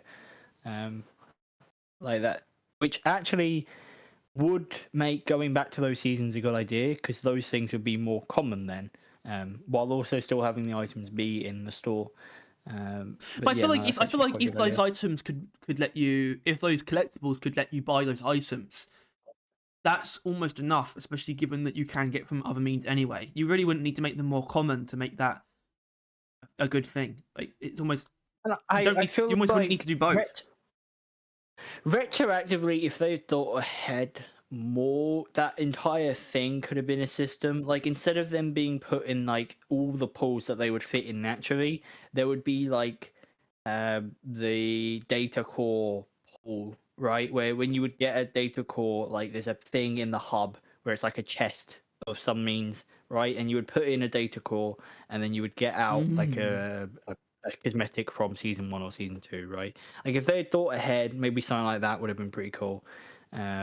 So then those things would have been as full as they were going to be every time you get a data core or a heart. Which obviously the hearts don't work quite as well. I guess you need to put in like 3, right? That's normally what they do. It's 6, so 3 to 1. it's 6. Sure, but like one event gives you about Yeah, three yeah, to it four, should. It right? should. Yes, So exactly. per one event, you get 1 core, and like 3, 4 hearts would get a 1 cosmetic from that season. Which I think that is a good idea. I like that idea. Yeah. But ultimately, they're probably not going to do that because, first of all, that's even more effort. Which I think actually that would kind of be worth it because that is directly tackling the inflated, cargo crate problem. Which I mean, I can't picture, to be honest with you, for 2 reasons. Think about how many First of all, frameworks have been added. yeah, but first of all, yeah, the cargo crate has been empty for like years now since the new weapons. But second of all, because I haven't seen a cargo crate in about a year. Yeah, like, I mean like that's I okay. haven't played much, but that thing has still not appeared like in like any of the games I played of recent time. Um, like I've not seen it this year, right? Which is only saying like 3 months, but still, I'd say that was certainty. Yeah. Yeah, and it's gone blurry, so I can't finish this off. Yeah, okay, don't worry. I think it's also worth noting that they said something about the legal limit of employees per bathroom. They definitely have intent to expand as they should, but they are legally kind of unable to for the time being. Okay, so this is a weird thing in regards I to. think he misheard that. No, I think you might be right, actually. Um, No, I, I think they made the joke that they're moving not just because they're expanding but because they are already technically the legal limit, or they're even over the legal limit of employees per bathroom. I think that was like a joke, but also technically true what they were saying. Like they're moving oh because shit. they're getting bigger and everything's cooler and stuff like that. But the joke is that they're moving because there's too many employees per bathroom, right? Which is a funny reason to move. I think that was the joke that we're making, on it being true. At least that's how I read it. Um, Yeah, I just but accidentally downloaded a the new PDF place. of Executive Order on Building Regulations 2018. I don't know if it's actually How related to would you even do Denmark, that? because I looked it up and it was a website. I clicked on the website, but it was actually just a PDF link. I just downloaded the thing. I Why? would imagine it's not just a thing in Denmark. It's probably a rule everywhere, I'd Yeah, imagine. yeah, yeah, yeah, yeah, yeah. But yeah, no, I think it was a joke, but not untrue. But yeah, that's a very long comment. Classic Yeah, unschmoggle let's the get it. existent. Let's get it. Okay. Introducing Unschmuggle the Existent. Probably not gonna remove the PowerPoint slide from this. I shouldn't say it's from PowerPoint. I probably won't remove the comment while we're talking about this one. So you're gonna be our faces are gonna be hidden because frankly I don't want to I'm be gonna switching strip back off. so much. No, don't do that. Don't do that. Oh, No, don't do that. So let's get it. Obviously, we'll probably stop after most of the points. Not all of them, though. I'm actually listening to one of the podcasts for once. Here's some random ramblings from me. Kitty, yippee! There you go, Tyler. yeah. Thank fuck they're upgrading their They've team. won That's now. it. I'm just thankful, and so are we. Very thankful. Yeah. It's a very, I think necessary. Yes. I don't know why I put that in quotes. It's definitely necessary. It's something we've been sort of, I wouldn't even say thinking about for a long time, but certainly since Road Core was announced, it's just like a bigger team would be pretty cool, especially if they are moving towards like always having at least someone working on the other game. I think they are probably moving towards something like that. Not half and half, but something like that. The timeline discussion wasn't productive at all, but definitely interesting. Do you remember that? Kind of, Our yeah. argument, and I think Yeah. you were really, really wrong when I think about it, but still. Oh, you are the stupid one. No, no, no. Let's not. He Let's is. not. Let's just not. I'm going to force us to not. I think the generic enemies will be Stalker and 2 stationaries. Sounds reasonable to me. Maybe there'll be a 4th one depending on how much time everything else takes and how big the season content is, but I wouldn't count on it. I think, based on the wording, it's at least 4 in total. I think there's at least 4. It might just be 4, but I think there's at least 4. It says new enemies, some mobile, some stationary. I know focusing on the language is quite trivial, but I also think we haven't been wrong before by focusing on this kind of language. So I think it's true. I think there's at least 4 enemies in season 5. I think it depends, how much.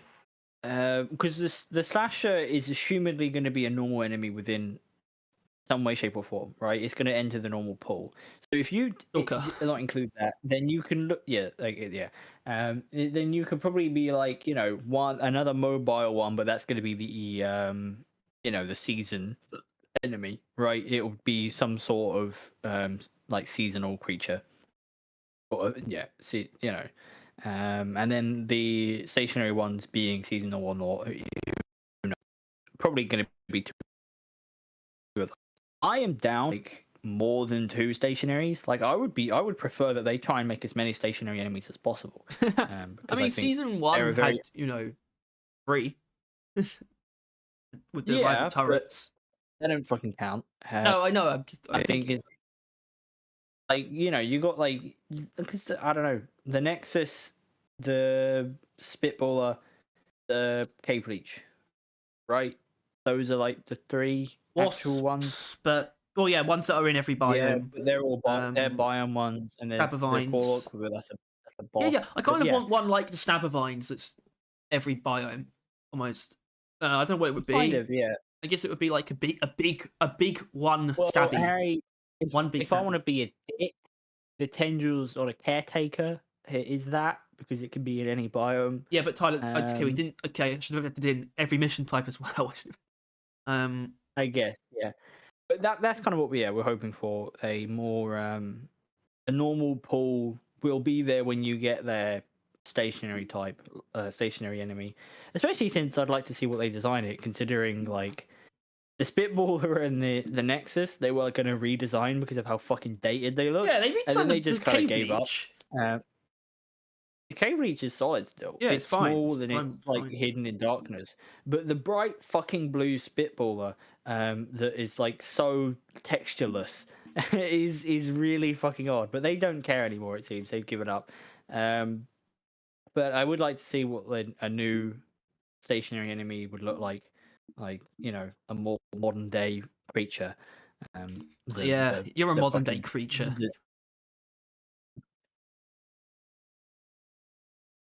Anyway, moving on, I think, because there's a lot to cover. They technically did not specify whether the season theme includes an event. It will probably be there anyways, but I'm keeping a sliver of hope that... I don't know why I'm doing this voice, but I like it. They won't do that because every season having to specifically add an event is fucking stupid and drives me up a wall every time I think about it. It's a waste of time on one specific thing that often isn't worth the massive effort because the in-season, out-of-season chances have never been fixed, which I do think is needed, but I've talked about that more than enough already. Maybe season toggle could help with this in a way, depending on how it works. They could go for Expedite as the season item, but maybe infects enemies of rocks that drop or simply spawn as a rare ore, which could be super simple but effective. Okay, last point there. Expedite is obviously going to be like the season resource. If it's not, it will be a surprise. There is no other candidate. There's nothing else you can sort of propose. If it's not Expedite, it's something else they completely made up. So we can get it out of the way. But yeah, they did not specify whether the season theme includes an event. Well, sometimes they do, sometimes they don't. So we can't actually really take that as it's worded, unfortunately. As he says, we can hope. It's weird that we're hoping that they don't do content. But I guess. I think it's not gonna take away from anything. Their plans are still set in stone. We're not gonna get more overclocks because they're not doing a season event, you know. We could, but they don't want to. So I think we are going to get an event. I think that's fine. I like them in general. It does let them do weird, different stuff, and I think it lets them play with different mechanics. And actually, it's machine events now. Unfortunately, kind of unfortunately, but whether you like it or not, this is the new random events that we just encounter is the season events.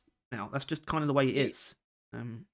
Yeah, and considering random, I like one of my favorite things in the game, right? I mean, technically, it's the plants that I pick up. I love them the most, but like those things in caves that make Forager.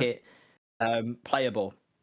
Basically, where like a cave is different, the story told during a mission is different, and with the huge pool now of random stuff that can occur, like all the rivals, all the rock pots, and then all the stuff before it, like the machine events and just random bullshit, Betsy and Corlock, like there is a really good pool of stuff.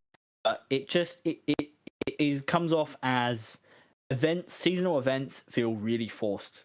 I think that's the main problem with them, and they're also like so stale as well. We've gotten them every single season, sometimes more than one. Like it's if you were just got to describe it as any other piece of content, you would be like, yeah, I'm tired of that, right? Like, if we got a mission type every season, you would get tired of just getting mission types. If we got fucking I don't know secondary objectives every season, we'd be tired of it. Like anything we get every update for like the last 3 years, we would get tired of, and events are that. Um, and especially since some of them do feel quite forced.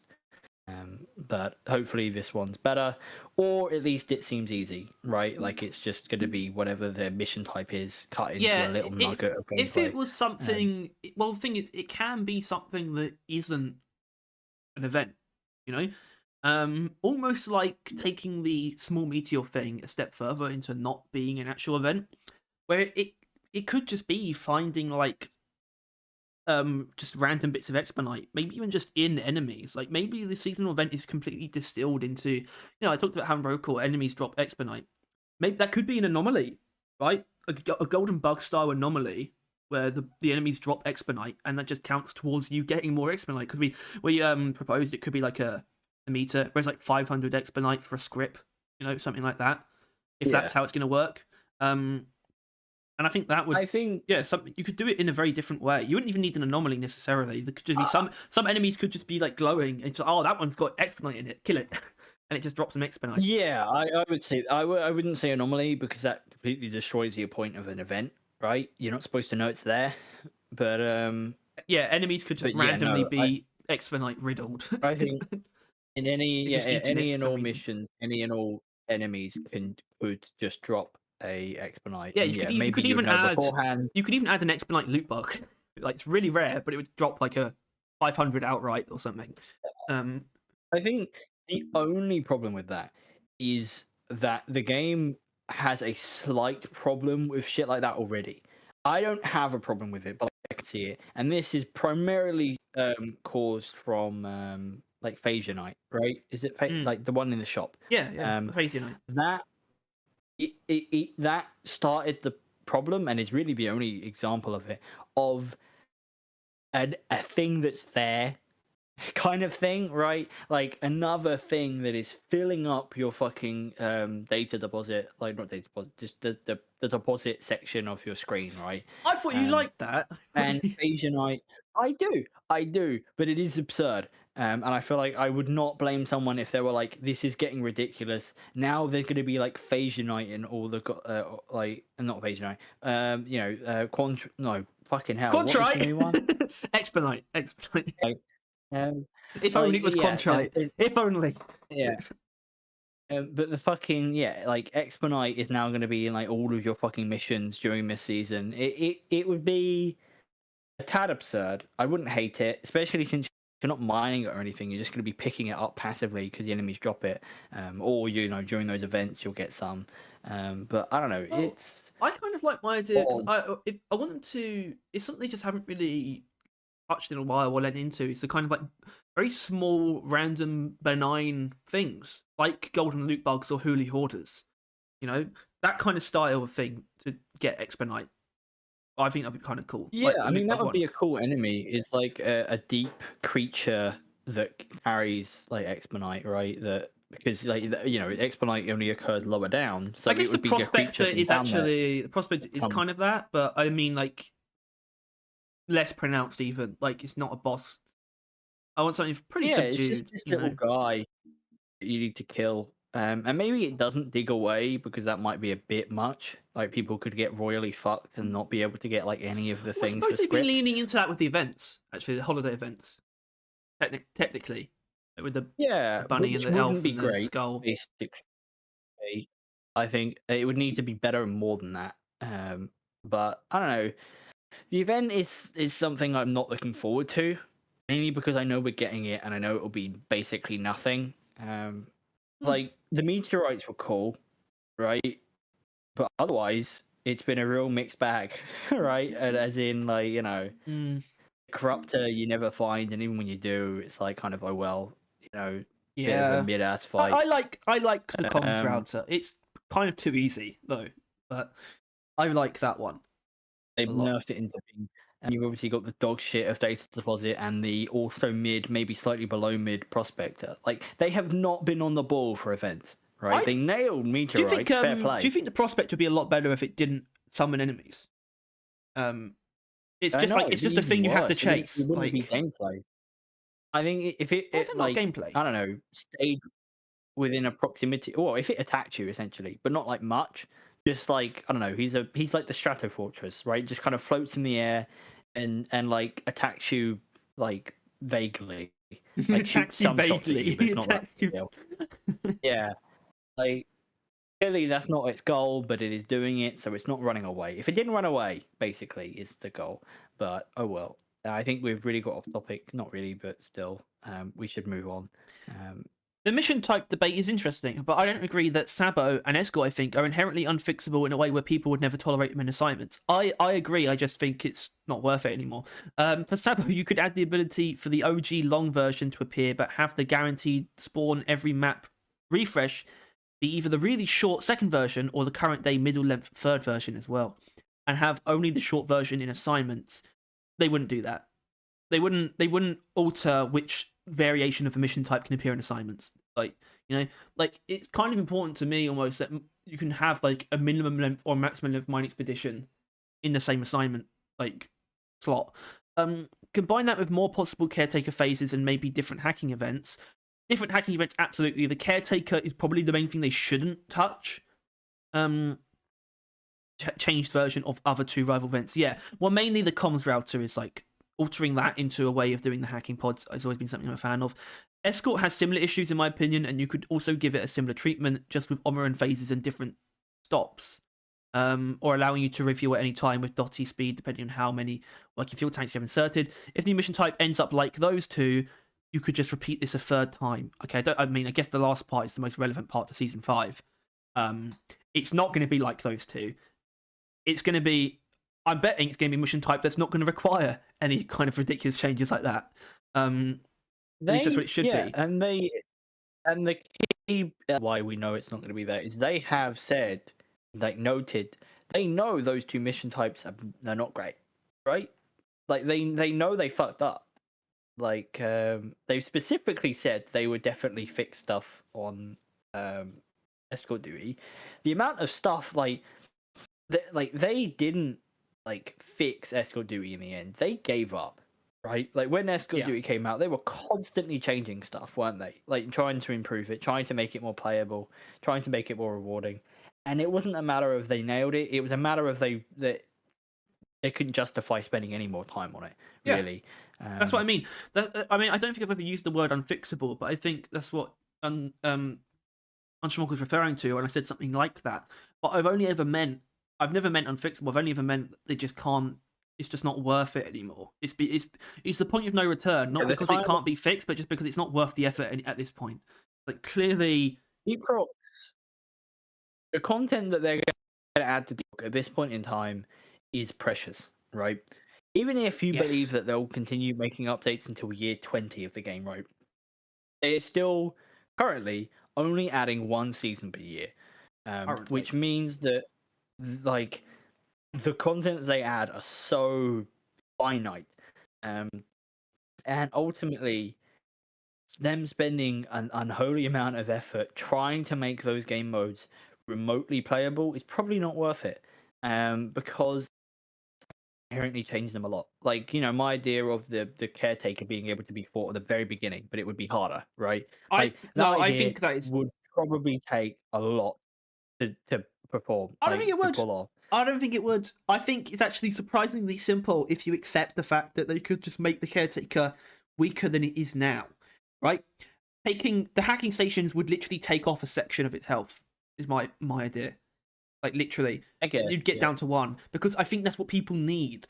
People need either you go through the long process and have a short caretaker fight, or you go from the start and have the fucking full-on caretaker fight. I don't think the caretaker needs to get stronger. I think I they think could the just. I full-on think they can caretaker work fight. down. I think they can work downwards from where they are. They don't need to add I anything think else the to it. full-on caretaker fight should be probably improved then, though. Like, Yeah, I don't. I maybe. think. I think you would want it. You would want to, if you were to do it immediately. It should be like you need a full team of four that are either all good or are communicating and kind of good, to be able to do it out the gate. I don't think it's something that you should be able to just do, especially on Has 5, right? Um, but yes, yeah, that's probably not too difficult. But with the escort duty, I think there are many inherent problems. But the only one they specifically addressed, they know add more variations to the Omoran fight, which that would take a fair amount of stuff, right? That would be like essentially, I would say an event's worth of effort, really, Yeah, because I they know. would I have mean, to I think come that up is what you'd with have. like I think that a is what they'd new have to do, though. I feel like variable. if they're not going to do that, then don't touch it. The only other thing that I think is an okay idea that's still, because you need to look. You can't make suggestions that are going to completely break the mission type's core idea, even if it's bad, because otherwise they might as well just make a new mission. But one thing that I don't think is a terrible idea is giving Doretta a shield that like recharges, because that would be is like damage that it could soak up, so that you don't have to like you're not already losing just because you're away from Doretta.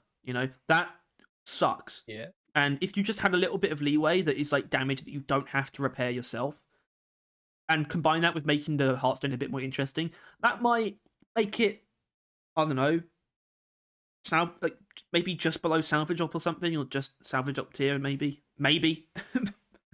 um, I know it's like bad because escort is just a horrible thing to do, but I think a couple small tweaks could bring it up a notch. It's a few And it is notches kind away of from like being the good, but it could at least be okay.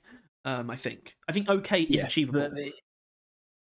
so then the problem though is like how many players care, right? Yeah. Like there are a fair amount of players that find escort duty to be completely fine. Mid, not many people think it's amazing. Some people do because some people are schizos, but like some people, most people think it's fine. Other people are G's and recognize it for the dog piece of shit it is, but it's still like make like working on making that game mode better where a fair amount of people already like think it's fine, like it's no biggie. Or you could work on like an actual new thing that could be cool for everyone, like a new good or better game mode or some bullshit, right? And that's obviously what they're doing. They're making a new cooler bigger better game mode.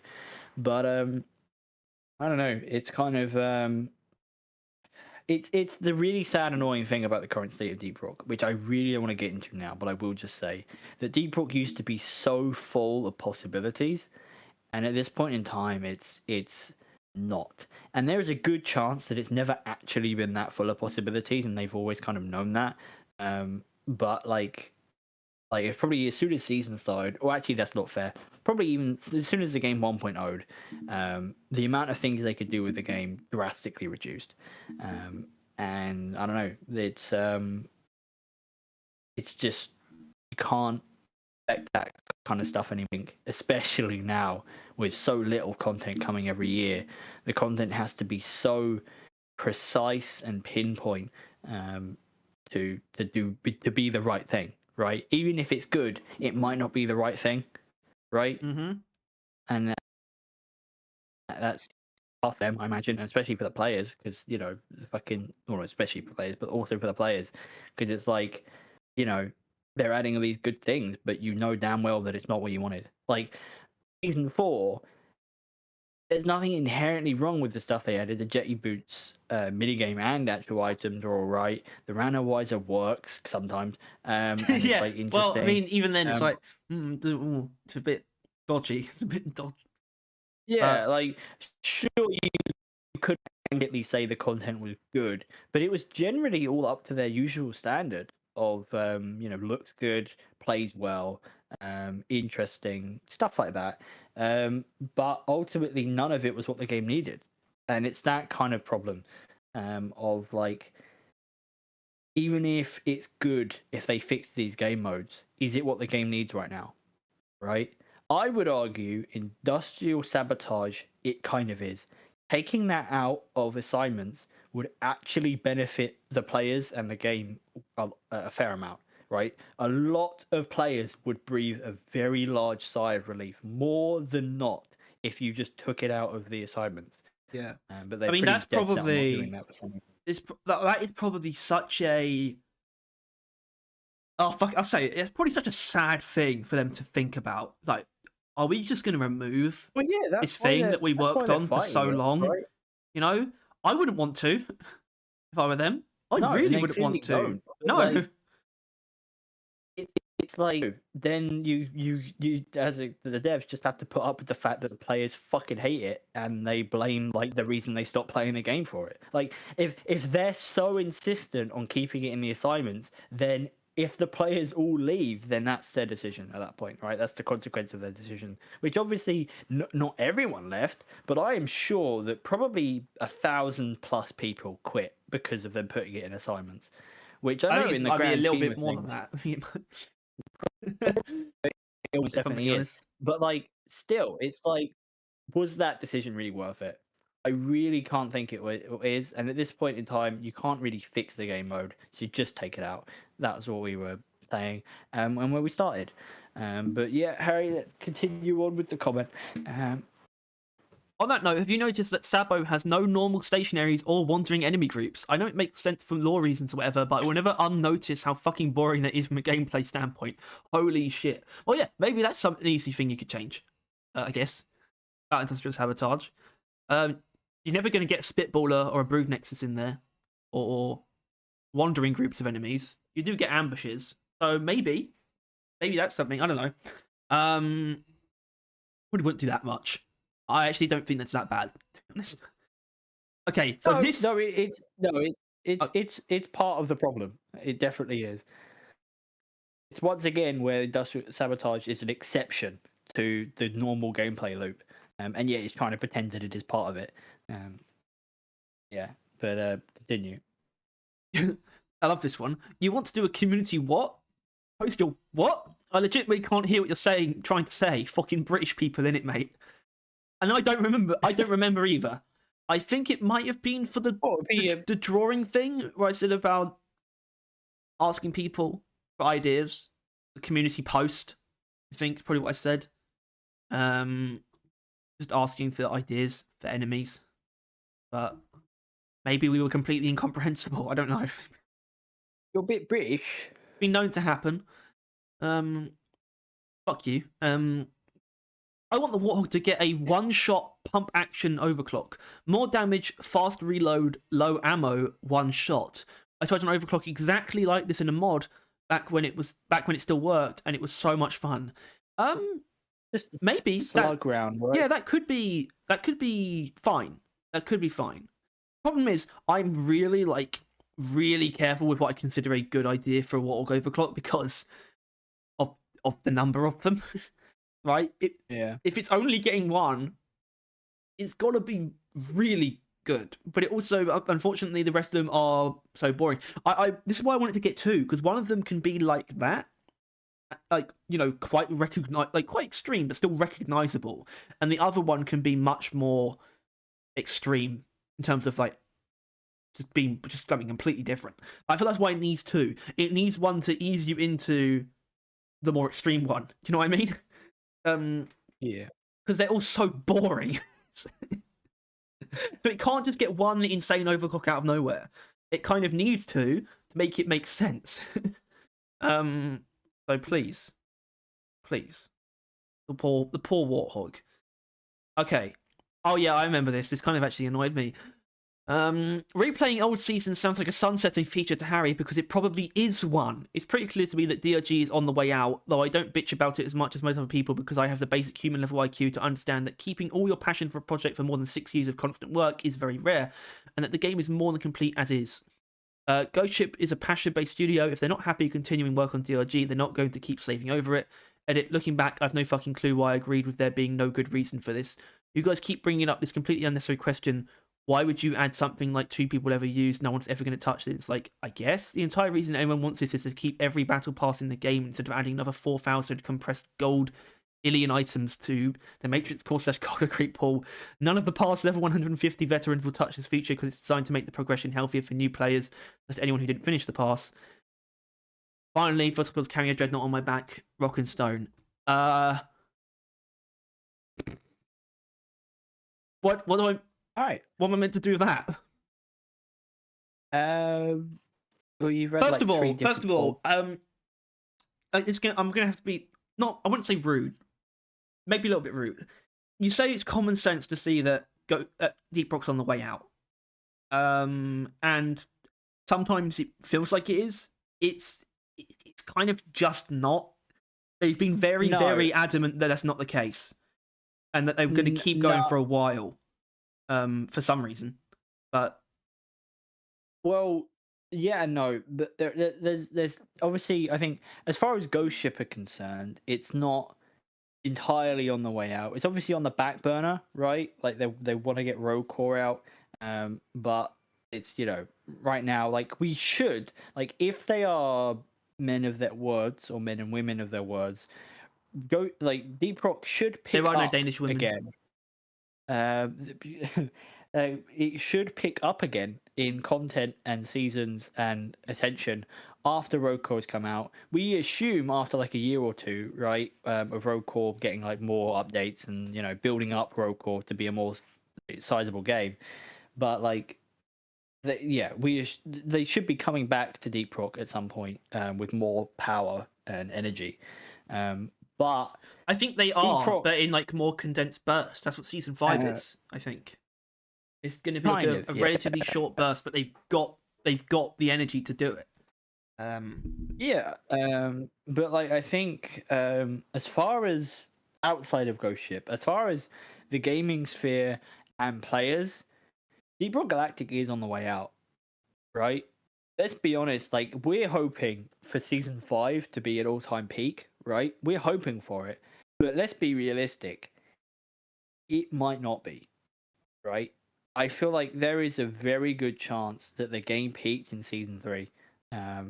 As in player numbers, player attention, people giving a shit about Deep Rock Galactic, because it's only gone downhill since, right? Like during a point in time, Deep Rock Galactic was an actual common name in the gaming sphere, right? Like people had heard of Deep Rock Galactic. Well, there was Deep Rock memes in the normal sphere of people, and they would talk about it and stuff. And now, yeah, but that happens to every game. It gets to that point and then it goes down again. And everyone still knows what it is, but it kind of loses its presence. Yeah, but like, how do people know Deep Rock nowadays? You want to know how what people think about it? It's that dead game, right? Because the people that still talk about Deep Rock just say that it died, it fell off, right? Like that's the takeaway. I don't know. It's bullshit. But I don't know. It's something that you'll only find out in like 2 to 3 more years, which is absurd to think about. Even if it's going to go like at that point, even if Deep Rock's only got a few more years, they're not sunsetting it yet. That is objectively true. So I don't necessarily want features like that are literally sunsetting features.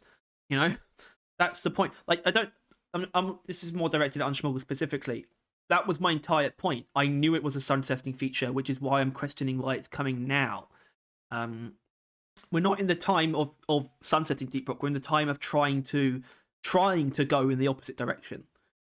It's felt like they were sunsetting it, I would say, since they started doing the maintenance updates. Season 5, you don't do a season if you're sunsetting a game. All right, you keep doing maintenance updates. Well, Harry, that's kind of what he's saying. I don't think you get. Like, he's saying that you do a season. If you're sunsetting the game, you do a season which adds a sunsetting feature, right?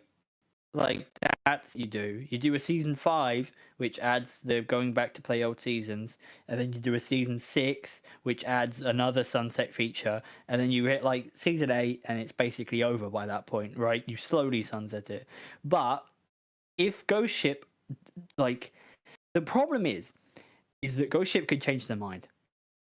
That's the real big Yeah. problem. Right now, they probably have no intentions of sunsetting Deep Rock now or stop working on Deep Rock, but in any way, shape, or form. But let's be realistic. In a year's time, they could be working on Roll Call and just realize, like, why are we still working on Deep Rock? Right? Mm-hmm. Like, that could easily Yeah. occur.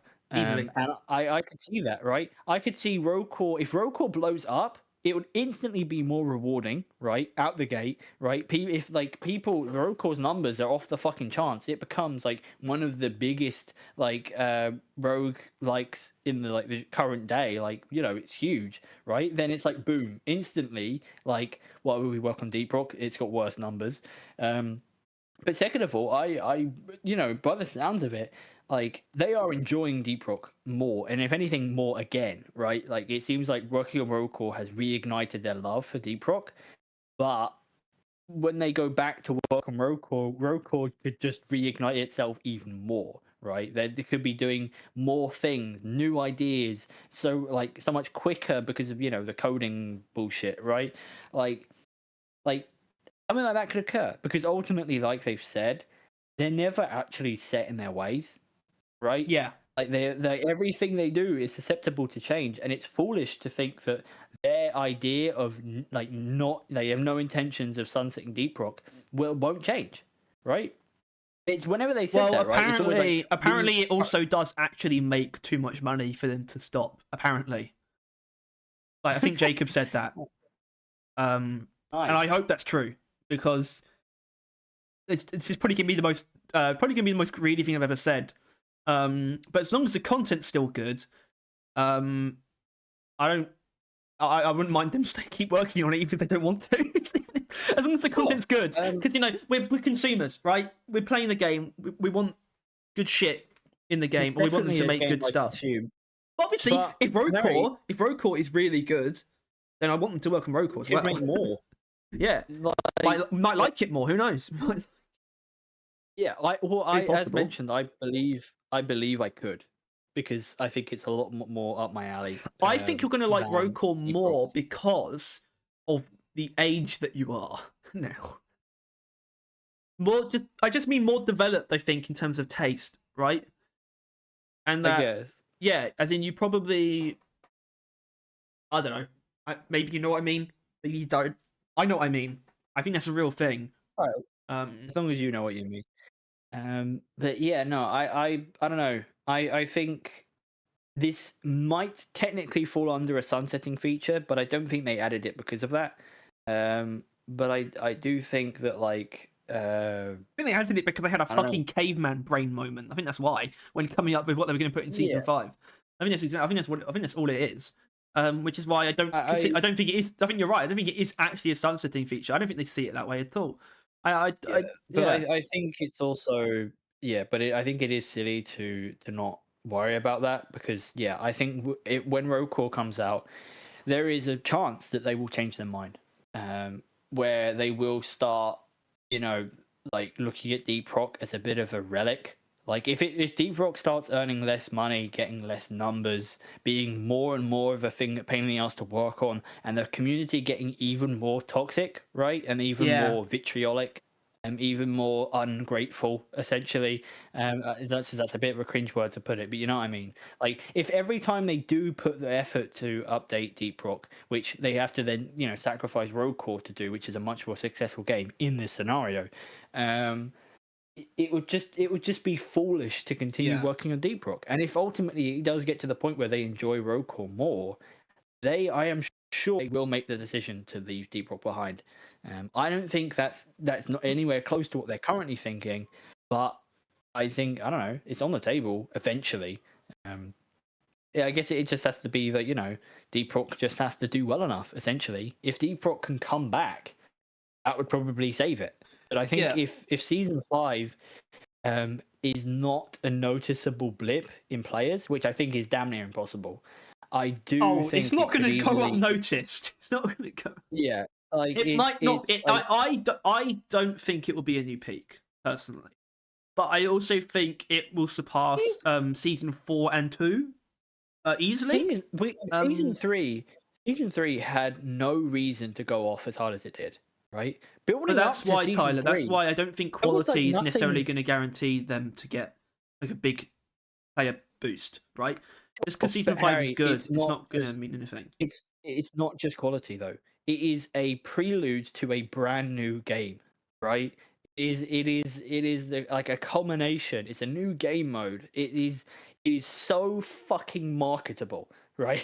That's Yeah, my point. It yeah. is so marketable, and if it is good, it is then like word of mouth wise, it's like Deep Rock Galactic is so back, right? That will catch on, that kind of You're thing. so fucking If it bipolar. is You're so fucking. if it is yeah, well, anything is possible, right? And it's like I don't know. But the thing is I think even if season 5 does really really well, first of all, hype, hell yeah, please do. But second of all, it would probably then lead to Roadcore doing even better, right? Like even better, which is then I don't know, they could feed into the downfall of Deep Rock inevitably. But yeah, no, like best case scenario, I don't know, the fucking team gets even bigger. They can work on Deep Rock just as quickly and well as they normally do, and yet Rocore also exists and gets added on as much as it could, and everything. Both games are fucking perfect, and then they add another game in the franchise, and it's fucking amazing. And then Deep Rock becomes this huge IP. It gets its own fucking movie, cinematic universe. Like, What? fuck it, right? Like, um moving on to the next comment, I think. Well, no, because you said something about the idea of the ways in which Deep Rock could become less rewarding for them, and obviously, like just it making less money is like the obvious one. But you also said people becoming less grateful, right? The things that people Yeah, say, if and every that is time they add an why. update, the Well, this entire is why, community Tyler. is like, "Fuck you, you fucking This piece is of lazy shit." this is why. First of all, not only am I going to not hold back from like not like literally singling out people and like getting like starting witch hunts. I don't mean that, but I'm not going to hold back on the people who are giving dishonest criticism. And we are going to be honest. If season 5, well, I mean, I think it's going to be good, but we'll make sure we'll call out anything that's bad about it, and we won't pretend especially if we just enjoy it. I think I'm not going to pretend like it's not good just because I can be pedantic. We can be nitpicky. I think Yeah. if it is good, we're going to make sure to We say can that do it's what we've good. already done. We've already done it with just what they said they're going to do it. We were like, oh my god, all of this looks so good, or some of it's like middling. But then we saw the giant fucking red flag that was the complete old seasons, and then we berated the shit out of it, right? We can play, we can do the rational thing and love what's good and hate what's bad, right? We'll just do that. I'm And just saying I then, want to make hopefully yeah, other I mean, people I do know the we've done same. that already, but I just want to make sure that we are being as honest as possible when like just talking about season 5 when we actually get it, because a lot of people just aren't honest with the way that they actually talk about. Some people like shitting on things, and I just want to make sure we don't do. I don't think we will do that for the sake of it, but Luckily, ultimately, Steam comments are probably the least impactful group of people yeah, because even literally, like Anders said himself, they don't really respect the Steam comments. They're just unreasonably or like more toxic than is actually like how it is, right? But yeah, no. you Moving on. want to skip this one? I can't read it. Fuck. Hold on. I'll just go Um, on then. We're back. this is Hold on, Tyler. the You haven't read it out yeah, they technically. can read it, right? Okay, sure. Yeah. Oh, well, I guess I'll read it because podcast. But I think Adios. the previous seasons might be for unclogging the cosmetic pool by putting the old seasonal cosmetics back into the respective season passes instead of cargo crates and cores. This is the best reason that anyone could come up with, and it is fundamentally flawed. I think. Ooh, here we go. Like, I'm sorry, but how five when this comes out? 5 season passes quicker, easier, or more convenient than just doing cargo crates and cores? Or how is that the best solution to that problem? Because it's not, right? It's no universe where it is, right?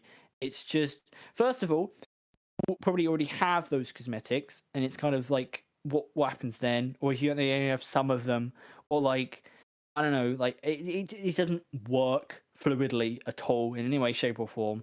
But like it won't be convenient at all. It's like, what if you want the, I don't know, like season two's like final tier thing?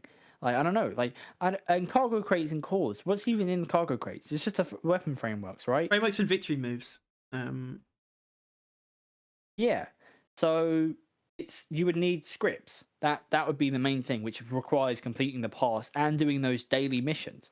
Which means you would have to do the daily quests for all of those seasons. You would not be able to speed run this.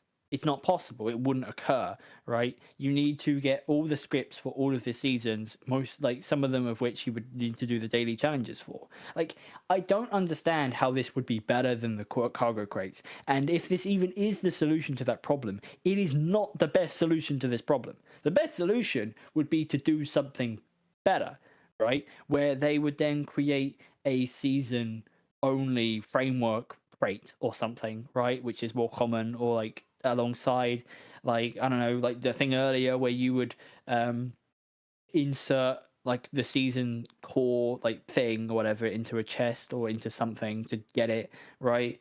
Like, I think that's a good one. it is convoluted to think this is the solution, and I think if this is their train of thought, it is still not a good idea, right? Even though this is better than just because we can, right, which is what we're running off of, as to why they're doing it, I still think it is fundamentally flawed. Like, there's no universe where this is the best solution to that problem, right? It's convoluted, it's awkward, and I genuinely still don't think it is how they're doing it, because they don't know if they're bringing the cosmetics in. They haven't thought about that. They specifically said that in the stream, didn't they? Like, they don't know how the cosmetics are going to work, and how that's going to go down, which doesn't make any sense if this is the fundamental part of the argument. So that's all that needs to be left to be said on that matter. I still think it's a bad reason. It's just not great. Next question, All right. comment. How many are left? Too many. Far too many. Well, we got this. We've got this. Don't worry. So it's from Vladimir Lutin. A great name. Very hyped for most of season 5, but definitely agree with you on the old season thing. I mean, come on, guys. Come on. Just look at the evidence. I hope they continue to keep Rockpox and future season content in the game after the respective seasons ended. So what does that mean? Vladimir, are you a little bit confused? I'm not sure. I'm not sure if you are. I want to avoid being rude. It's just seems to be implying that they wouldn't normally keep it in the game. You don't need to hope that they keep the Rockpox stuff in the game, because it will. You already know what it's going to be if you use the season toggle. That's how it's going to be after season 4 actually ends. So I enjoy countering these enemies. Yeah, I enjoy encountering these enemies and events at a reduced frequency to keep the game feeling fresh. Yeah, I don't actually think you need to change the frequency of the previous season events. I think they're probably, the only thing I would say is that maybe they should be separated. Like, your chances of encountering a Rockpox event should not impact your chance of encountering a rival one. Apart from that, I think the chance of actually finding them in general is fine. Okay, what about this last part, though? Would love if you guys could get a response from the devs on your question. Let us know what they say. Do you remember what that was? I think it was literally, why are you choosing to do this now? The replaying old seasons. I think that's literally what it was. I think it was very simple. I don't think that was the question, but it was something along those lines. It was a simple thing which they never answered, which sad face. But no, that was it. I was going to actually ask them on the Discord, but then I completely forgot because we do that stupid Twitter thing after the videos. I just got distracted. Um, So it's my fault, is but it? yeah, yes, it is Yes, actually. Yeah, yes. that's what I'm saying. That's what you were saying. So, what? Did you remember what it is then? What it was? Nope. But I what I was meant to do. I was meant to ask them on that. So we Great. might actually have Okay. gotten a All response. right. Whatever. Okay. From Hot Pocket Enjoyer, I'm hoping we get the barrel armor. It's all I ever wanted. Not going to happen. Don't know. I Does don't know seem to be the why. case. I don't know why. It's because Robert's a stingy bastard. Okay, that's why. So I don't know what to make of this kind of thing. Like, can something like this actually get to the point where it is actually like an issue? You know, where it's like internally, it's just because Robert was just like Robert's the art director, by the way. It was just like nah, but it's gotten to the point where he is actually like annoyed when people ask him to the point where like can this actually become like serious? You know, where At this point, he's actually against it in the way that people are probably scared to ask him about it. Like, is that? Do you think it's actually like that? I get the feeling it might well, genuinely be quite serious. I think it's also that It's at a this point it joke that might be became approaching more. so annoying, you know, and that can become Yeah, quite and at this dangerous. point, he's probably like so against it. Like I don't know, like it exists, right? It's like pretty dog shit, but it exists, right?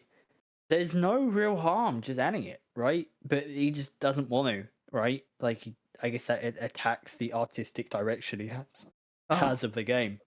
and that's why he lets the But fucking shitty holiday cosmetics that everyone doesn't like into the game. is that a thing? Are people taking the piss out of the No one likes what stuff them. now? Well, yeah, obviously they are, Yeah. but just in general, no one actually likes them. So, like, not really. And they do kind of sit outside of the game, kind of, but they're still there. So you can have Barrel And I think, Bosco, you know. compare the barrel armor to the Lederhosen and the elves, more or less against the foundational like look of the dwarves, right? One of them literally fucking turns them into an elf, right? Elf cosplay for the dwarves instead of barrel armor. Arm very dwarven, barrel very deep rock, right? What? Where's the logic? There Where's the isn't any. vision? It's just he's just said no. So stupid. They should add barrel armor, if only because I want them to cave, and actually add better cosmetics. Not I'm saying barrel armor is a better cosmetic, but it would be a step. All Okay, right. oh, this one's on you. Yes, I don't know why. I've always thought that an enemy that camouflages into its environment would do well up the horror aspect of DLG, especially with Season 5 being a prelude to the more dark Rogue Core. It's an interesting take, that, but I will elaborate maybe. Perhaps on the same level as the Cave Leech, where you either spot it with your trusty eyes and laser pointer, or until it's too late. Which he seems to be liking the whole we'll sneak up and murder you idea, which I obviously just came up with, so like he wasn't responding to that, but we seem to have the same idea, that it'll be a jump scare creature, Mm-hmm. which I like. But I find the more dark rogue core interesting because I think Dark's I wrong know they've word. said more. Serious. They've used more serious, right? But like I feel like if you play the scenario of going into an alien planet deep below anywhere anyone's ever been, with the remnants of old technology and dead dwarves anywhere, I think if you play that seriously, it would inherently become a horror and more dark, right? Yeah, there aren't really Like any if you horror play it more roguelites, really, are seriously, there? Well, there are some actually, but yeah, I there aren't mean many you that got really like need. I don't know, Tyler, have you been aware you that got I haven't steam had ones. the we have been visible. Everyone can see your Snorlax slippers. Yeah, I don't give a shit. They're Okay, my Snorlax. It's not even better than sure. seeing It's my just feet, my hogs, no. Get your fucking feet out of the camera, my bitch. yeah. They're not that. It was the Snorlax, but I've forgotten what we were talking about. Basically, yeah, no. Dark Road Core was never specifically said, Dark but core. a more serious. Dark a more Swarm. serious version of the events occurring in it would honestly end up being quite dark and quite like scary, which I'm more than down for actually. All right. Okay. Uh, Theme type doesn't surprise Oh me. god, he's already going. I should say it's you, right?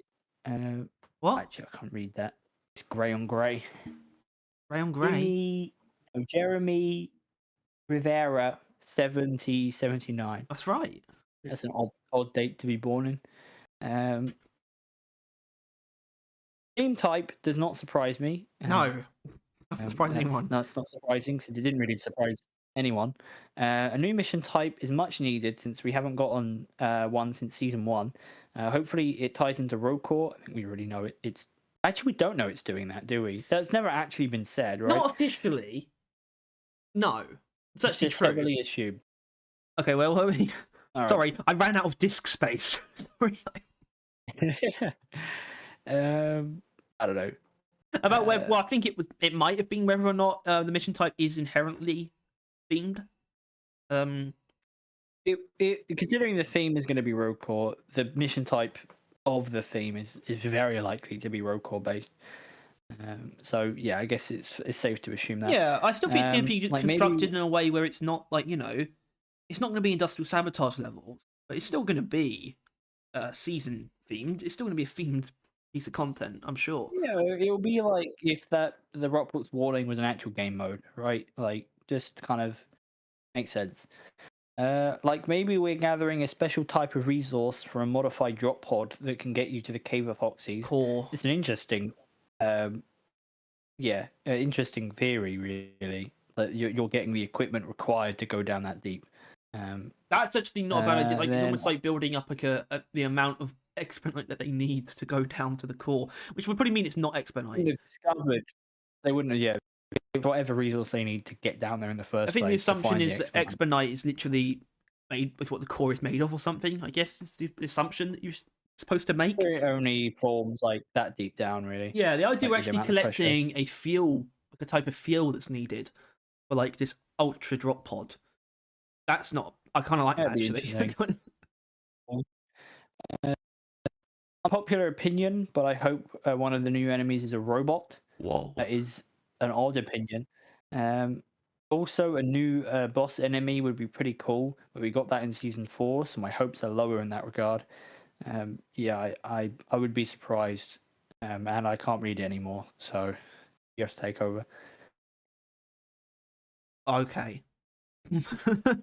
New overclocks are great if we're not getting new weapons. Hopefully, you took some inspiration from some of the cool community overclocks I see on Reddit. Well, what about our cool overclocks? Didn't see them on Reddit.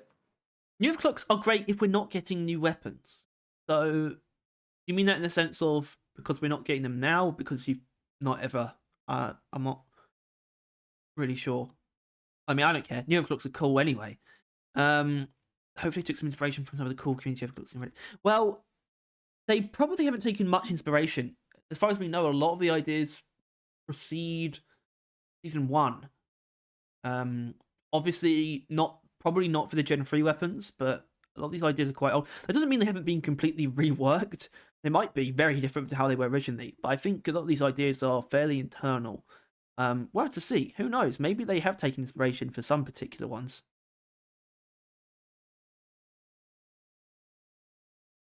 All right. I think this is just going through the points though of like the feature list basically. New performance pass. If Ghost Ship just keeps doing this the way they always do, I'm happy. Idiot. Yeah. If you're gonna say anything about the fact that they're just doing a performance pass, I want it to be something constructive. Like, I mean, I don't know where I'm at on that though. Really, like, should it be longer? I really like the idea of dotting things along, like really far along, spacing them out. I think that makes more sense than just having it be like a 200 tier pass. You know. The thing is that their one as a whole isn't actually that bad. It's just gotten quite stale. Really, that's the thing. If they could just splice it up in any meaningful way, like making some new interesting daily assignments, maybe weekly ones of some kind, like or do add them like along further, like just sporadically. Like you get a reward if you hit 500. You would get it anyway once the season ends, but you get it before if you reach 500. But something like that would be cool. But I've had enough talking about that, so moving on. There you go. Tyler's I mean, I've had vetoed. enough talking about basically anything at this point, like because there's not going to be much new stuff, really, is there? Okay, we need to ignore that. All the little features at the bottom are good. Even if I'm not the biggest fan of DLC, I'm still going to get it to support Ghost Ship. Yeah, but no, I'm not going to buy if it's dog shit. I'm not going to. No. No. Yes. Oh, that's interesting. Would I? You always used to say you'd buy it anyway. Would I? Because I mean, you bought the Biohazard, and that one's fucking dog shit. No, it's not. Biohazard? You mean Decontaminator? Yeah, that one. Okay. All right. No, I mean, fair enough on what you said. Yeah, I mean, it's been here for quite a while. But we do have one big one. This might be more of just a readout. Then That's potentially, the last comment. potentially, yeah, it's the last comment. It's just mammoth. He's a mammoth. If It's a you want to, meatball. if I can read it, I will read it. Okay. Oh, okay. That's probably fucked with the way the recording looks a little bit. Probably shouldn't have done that.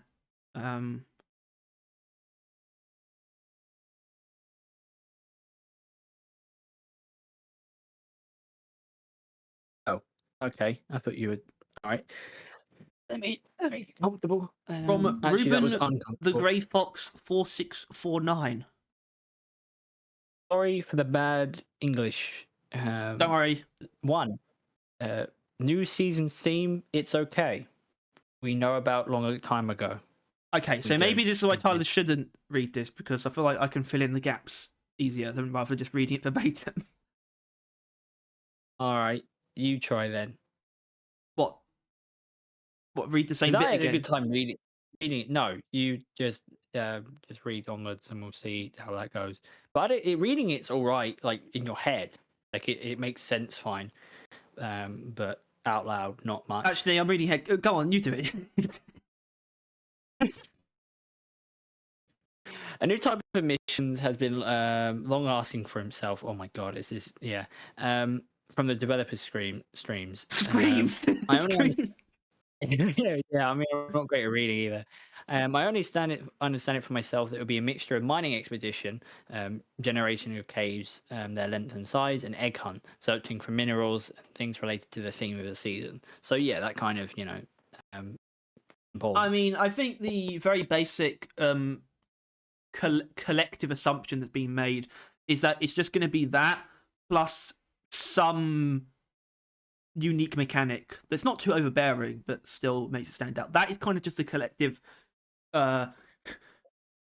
version of the mission type that I think is in most people's heads. It's just like, yeah, some kind of a mixture of Mine Expedition and Egg Hunt with like something added on top, maybe. It's kind of just what it is, I think. Yeah. In general, complete freedom of action for all classes, which is the dream. It sounds interesting, but until I see implementation in action, I think there's no point in guessing, which is fair. In general, I wanted a similar implementation. It's not like it's spelled wrong. It's not like it's. No, I know. It's a long ass word, Harry. Of a new type of mission back in the fourth season. Shut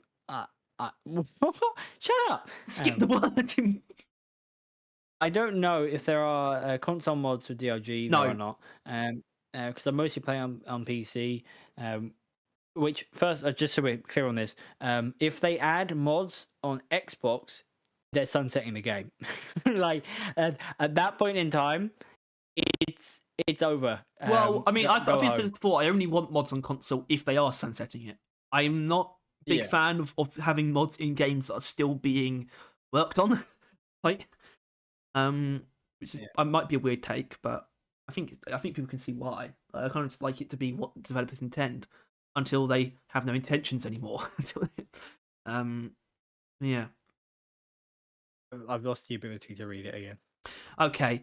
What I mean is that there is a mod called Massive Content Revise, and it contains custom missions. It would take an extremely long time to talk about it, but if you literally quote the description of the mission by the author of the mod, it is decontamination. I have practically done what was thought not doable by the developers. The goal is to cleanse the entire hive of rockpox contagion spikes that have taken over the cave. It is incredibly difficult and meant to make you feel like you are in over your head, but still fun. That's like the description from the mod itself. And yeah, I think we were kind of expecting a Rockbox mission type for season 4. You know, like when it got down to season before we really got the main content revealed, it was like, oh, there's going to be something, right? Like like one big thing for season 4, and it might be a mission type, and then it was like, oh, there's actually nothing. Sick. But I'm not sure what to say because I don't really know how to extrapolate this onto something that isn't Rockbox. So I think we might just have to move on through the comment. But still talking about it. It is absolutely unique in terms of the variety of infected enemies, improved mechanics, and cave generation. That's actually I've seen it. It's like there are infected swarmers, maggots, loot bugs, spitborn infectors. It's ridiculous. They made the Rockbox a thing then. Yeah. The only thing that would be a partial problem is the similarity to the industrial sabotage mission in weapon builds. For robots, it is advisable to. For robots, it is advisable to always have weapons with fire or electricity, and for infected enemies, point or mass damage, which will effectively burst tumors on them. And these work problematically in co-op. Okay, why did I write all this out? I would like to know. So what I expected, like a large-scale mission that would introduce new mechanics to combat this disease and make the mission more difficult but more profitable for its completion. But in the end, the whole Rockbox topic turned out to be just a warning. We can say that it was my own fault for raising expectations. I understand that their team is not large enough to create projects of such a scale, so it's okay, it's no one's fault. Well, they definitely are, but, you know, more so if it was like the only thing they were doing. Update. I'm not sure what to say. That was all very Rockbox focused. Which I'm definitely not. Definitely don't want to talk about Rockbox. No offense. So let's keep moving. And I think this comment is constructed in terms of like going down the list. Obviously, the list itself isn't numbered, but it is in the comment. So 1, 2, 3, 4 is we're on 3, which is new enemies. This is great news. The main thing is that they are not too strong at the start, as Stingtail was once after they were strengthened with the release of the experimental branch. Now he is not dangerous after the nerfs, if not at all a ghost of its experienced greatness. Yeah, some people do consider the Stingtail just a shell of its former self. Developers have confirmed that the Stalker will be one of the new enemies. I saw it in action from a YouTuber's video. I can't remember what that was. I don't think it was Lazy Maybe. And like the mechanics. The Stalker one, right? Yeah. Someone just had like a leak. Stalker, the one with the slasher. Yeah. And like the mechanics of detecting it using a laser pointer. I like that. I like enemies where that's like a really useful thing to do, like the Menace or the Arbalest. I like that. The only worrying thing is how he will fit into the main pool of enemies. I mean, when generating enemies in a mission, and how to detect him during a massive swarm, provided that he's not visible, and it's not always possible to hear this growl or peer into his shadow enough time. It's literally designed for players who play solo or for some reason far from their team. Well, maybe. I mean, if it actually does single out players who aren't near other entities, that could actually be really cool. It'll be interesting to know about the rest of the new enemies that are not Glyphids, because I want more mechanics with capturing one of your teammates, like in Left 4 Dead, relying on help. Not sure about that. I think people really don't want more grabbers at all. More grabbers. Shut the fuck up. Grabbers. Okay. Grabbers. I'm not the biggest fan of Stingtail, but I can't deny they did make a unique enemy that grabs you in a different way to normal. You don't literally get grabbed and held until you die. I'll give them that. I was hoping they did something like that at some point, and they did. But I don't think we want more stuff like that. So I'm going to skip to point 4, which is for overclocks. It also makes sense to be added a long time ago, but there is still a fear that it will be perceived as if they added almost nothing at all. I don't want to speak for all people, but as I see it, on the one side, one overclock on a prime weapon will seem too small to more players after a year of waiting without content. If they added one more overclock but to secondary weapons in addition to the primary, then this would elusively show that there is something to look at or test. Okay, I'm not sure about all the words you use, but I think I see the point. But I think we've kind of already been over it. Yes, some people are going to see it as nothing, and I've already said that I'm not going to pretend like I don't want more, but we're not getting secondary ones. I'll tell you that much. I think there will be literally no secondary overclocks. I think that is absolutely locked. There might be more than 12 for the primaries, but I think secondaries are completely out of bounds, which I think is kind of annoying. But I think that's the way it is because I think that would be a season 6 thing. But yeah, I think you're just kind of. I think you're just right. I think some people will see it as very little, but they're going to have to get over it because they're going to make an impact, the overclocks, no matter what. So get over it. And obviously for newer players, like people joining, they're not going to know the difference, but that's fine as well. I don't know. I think you're just right. Not much to say. I watched your past podcast and agree that the Warthog Auto 210 on the Engineer is the most boring weapon in terms of overclocks. So I think this was literally the last podcast, though. It has 5 other overclocks like the Zukov's and Scout secondary weapon. He, in general, needs minor improvements in terms of weapon build. For example, to make the choice on the second tier choke, which is the base spread bonus, viable, moving it to another tier or replacing it, etc. And as compensation, to keep up the rest of the overclocks in terms of quantity, give him 2 instead of 1. Yes, there you go, you're right. It's difficult to say what they will be and how unique they will be. Ghost Ship doesn't want to just add extra numbers, but strive to make overclocks unique. And we don't know what quality they will be. Well, you see, I actually think this interesting because I think there's a very legitimate argument for how maybe they should just do some that are just numbers. And because they're probably so easy to do, right? You know what I mean? Like, I think we said we wouldn't have a problem with like a couple if every weapon got like a clean adjacent overclock where it's a very simple numbers and they basically take no effort. But I guess that's something they probably don't want to do. It would just be bloat. It would really just bloat things up even more. If it's not obvious, Tyler is just yeah. What? The camera you can't really see him. No. Hold on. He's on my lap. Wow, that's amazing. I continue to feel bad for Sabata. Once upon a time, the developers were asked on their stream, will they continue to refine this weapon? To which the answer was given that it will be forgotten by everyone. What? This is its fate, but personally I don't think so. It needs to continue to be tweaked. I don't need to be on par with the other secondary weapons in utility because that's impossible. That's true. But for example, it is quite possible to change this rework overclocks and so that one of them adds more ammo to weapon build into damage. Okay. I mean, yeah, the Sabata is still kind of a loser, I guess is the point there. I think I agree. Which means I don't disagree. Always the point. What? It's always the point. The Sabata always sucks. It's a rule of nature. If it isn't, well, the universe will start to collapse. Okay. Yep. 5. No comments about season pass. It's always a good idea when you have a free time. Sure. Why not? 6. I don't know what to think about reactivating the seasons. I think the system will be somewhat similar to the one that exists for season 4. For the host, it will hide the current theme from the world map and add more warnings and events related to the theme of the old seasons. So I don't see the point in spending huge efforts on creating it. Who is this for? For new players? Ghost Ship has been trying to gather new players in all different ways for more than 4 years. Maybe the system will try to make it easier to get all the items from the old performance pass. So I think there's just a little bit more. I don't need to. We can't elaborate on it. Let's be honest, but it's just a little bit more of like questioning why and coming up with the same reason that it's once again it's the best that anyone can come up with, isn't it? Once again, yeah. It's just it must be for that reason.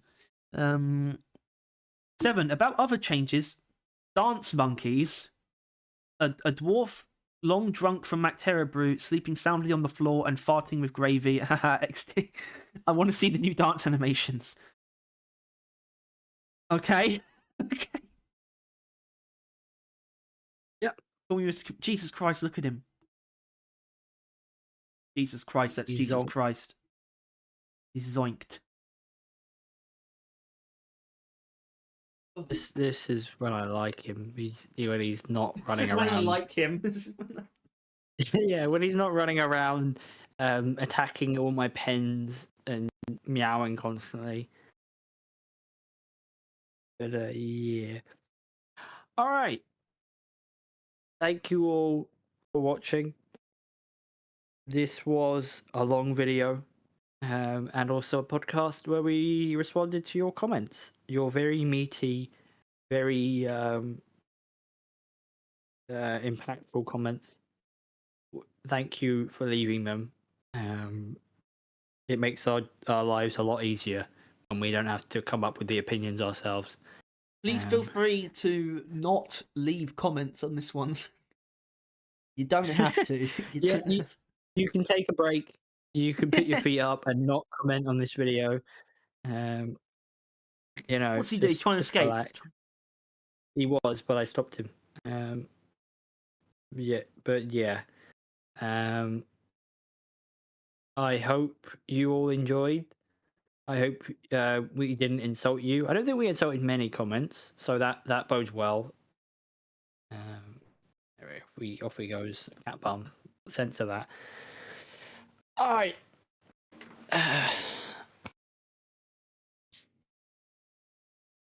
Goodbye. I think. If you enjoyed this episode Unless of the you want Battle a Vision conclusion. podcast, conclusion, I don't know. We're right. Yeah, I'm down for that. I'm down for that conclusion. No, we are and though. you're wrong. Like everyone's like mission type. Everyone's excited and is starting to try and speculate.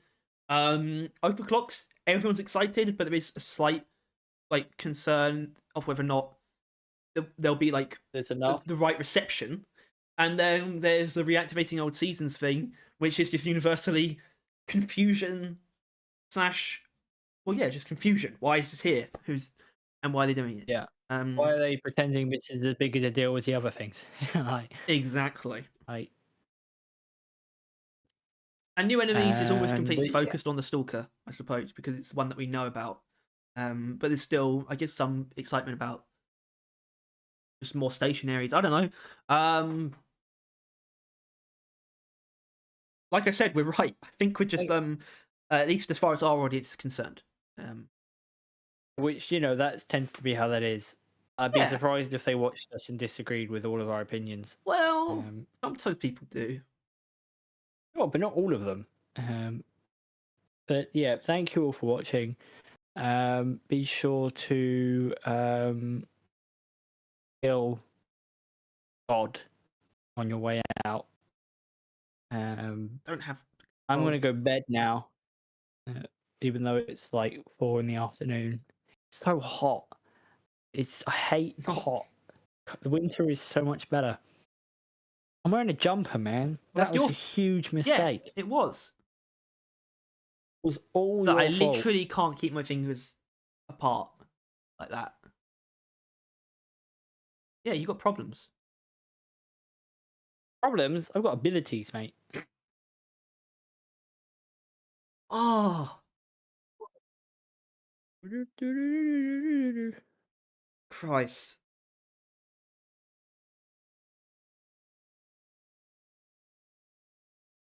I could ask why you're still here, but the better question is, why are we still here? Yeah, I suppose that's a good question. I guess they just want to hang out for a bit longer, right?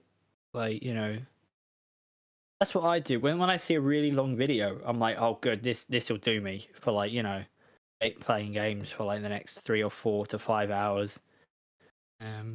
So I guess they just they're waiting for the video to end to see what's like the next video recommended.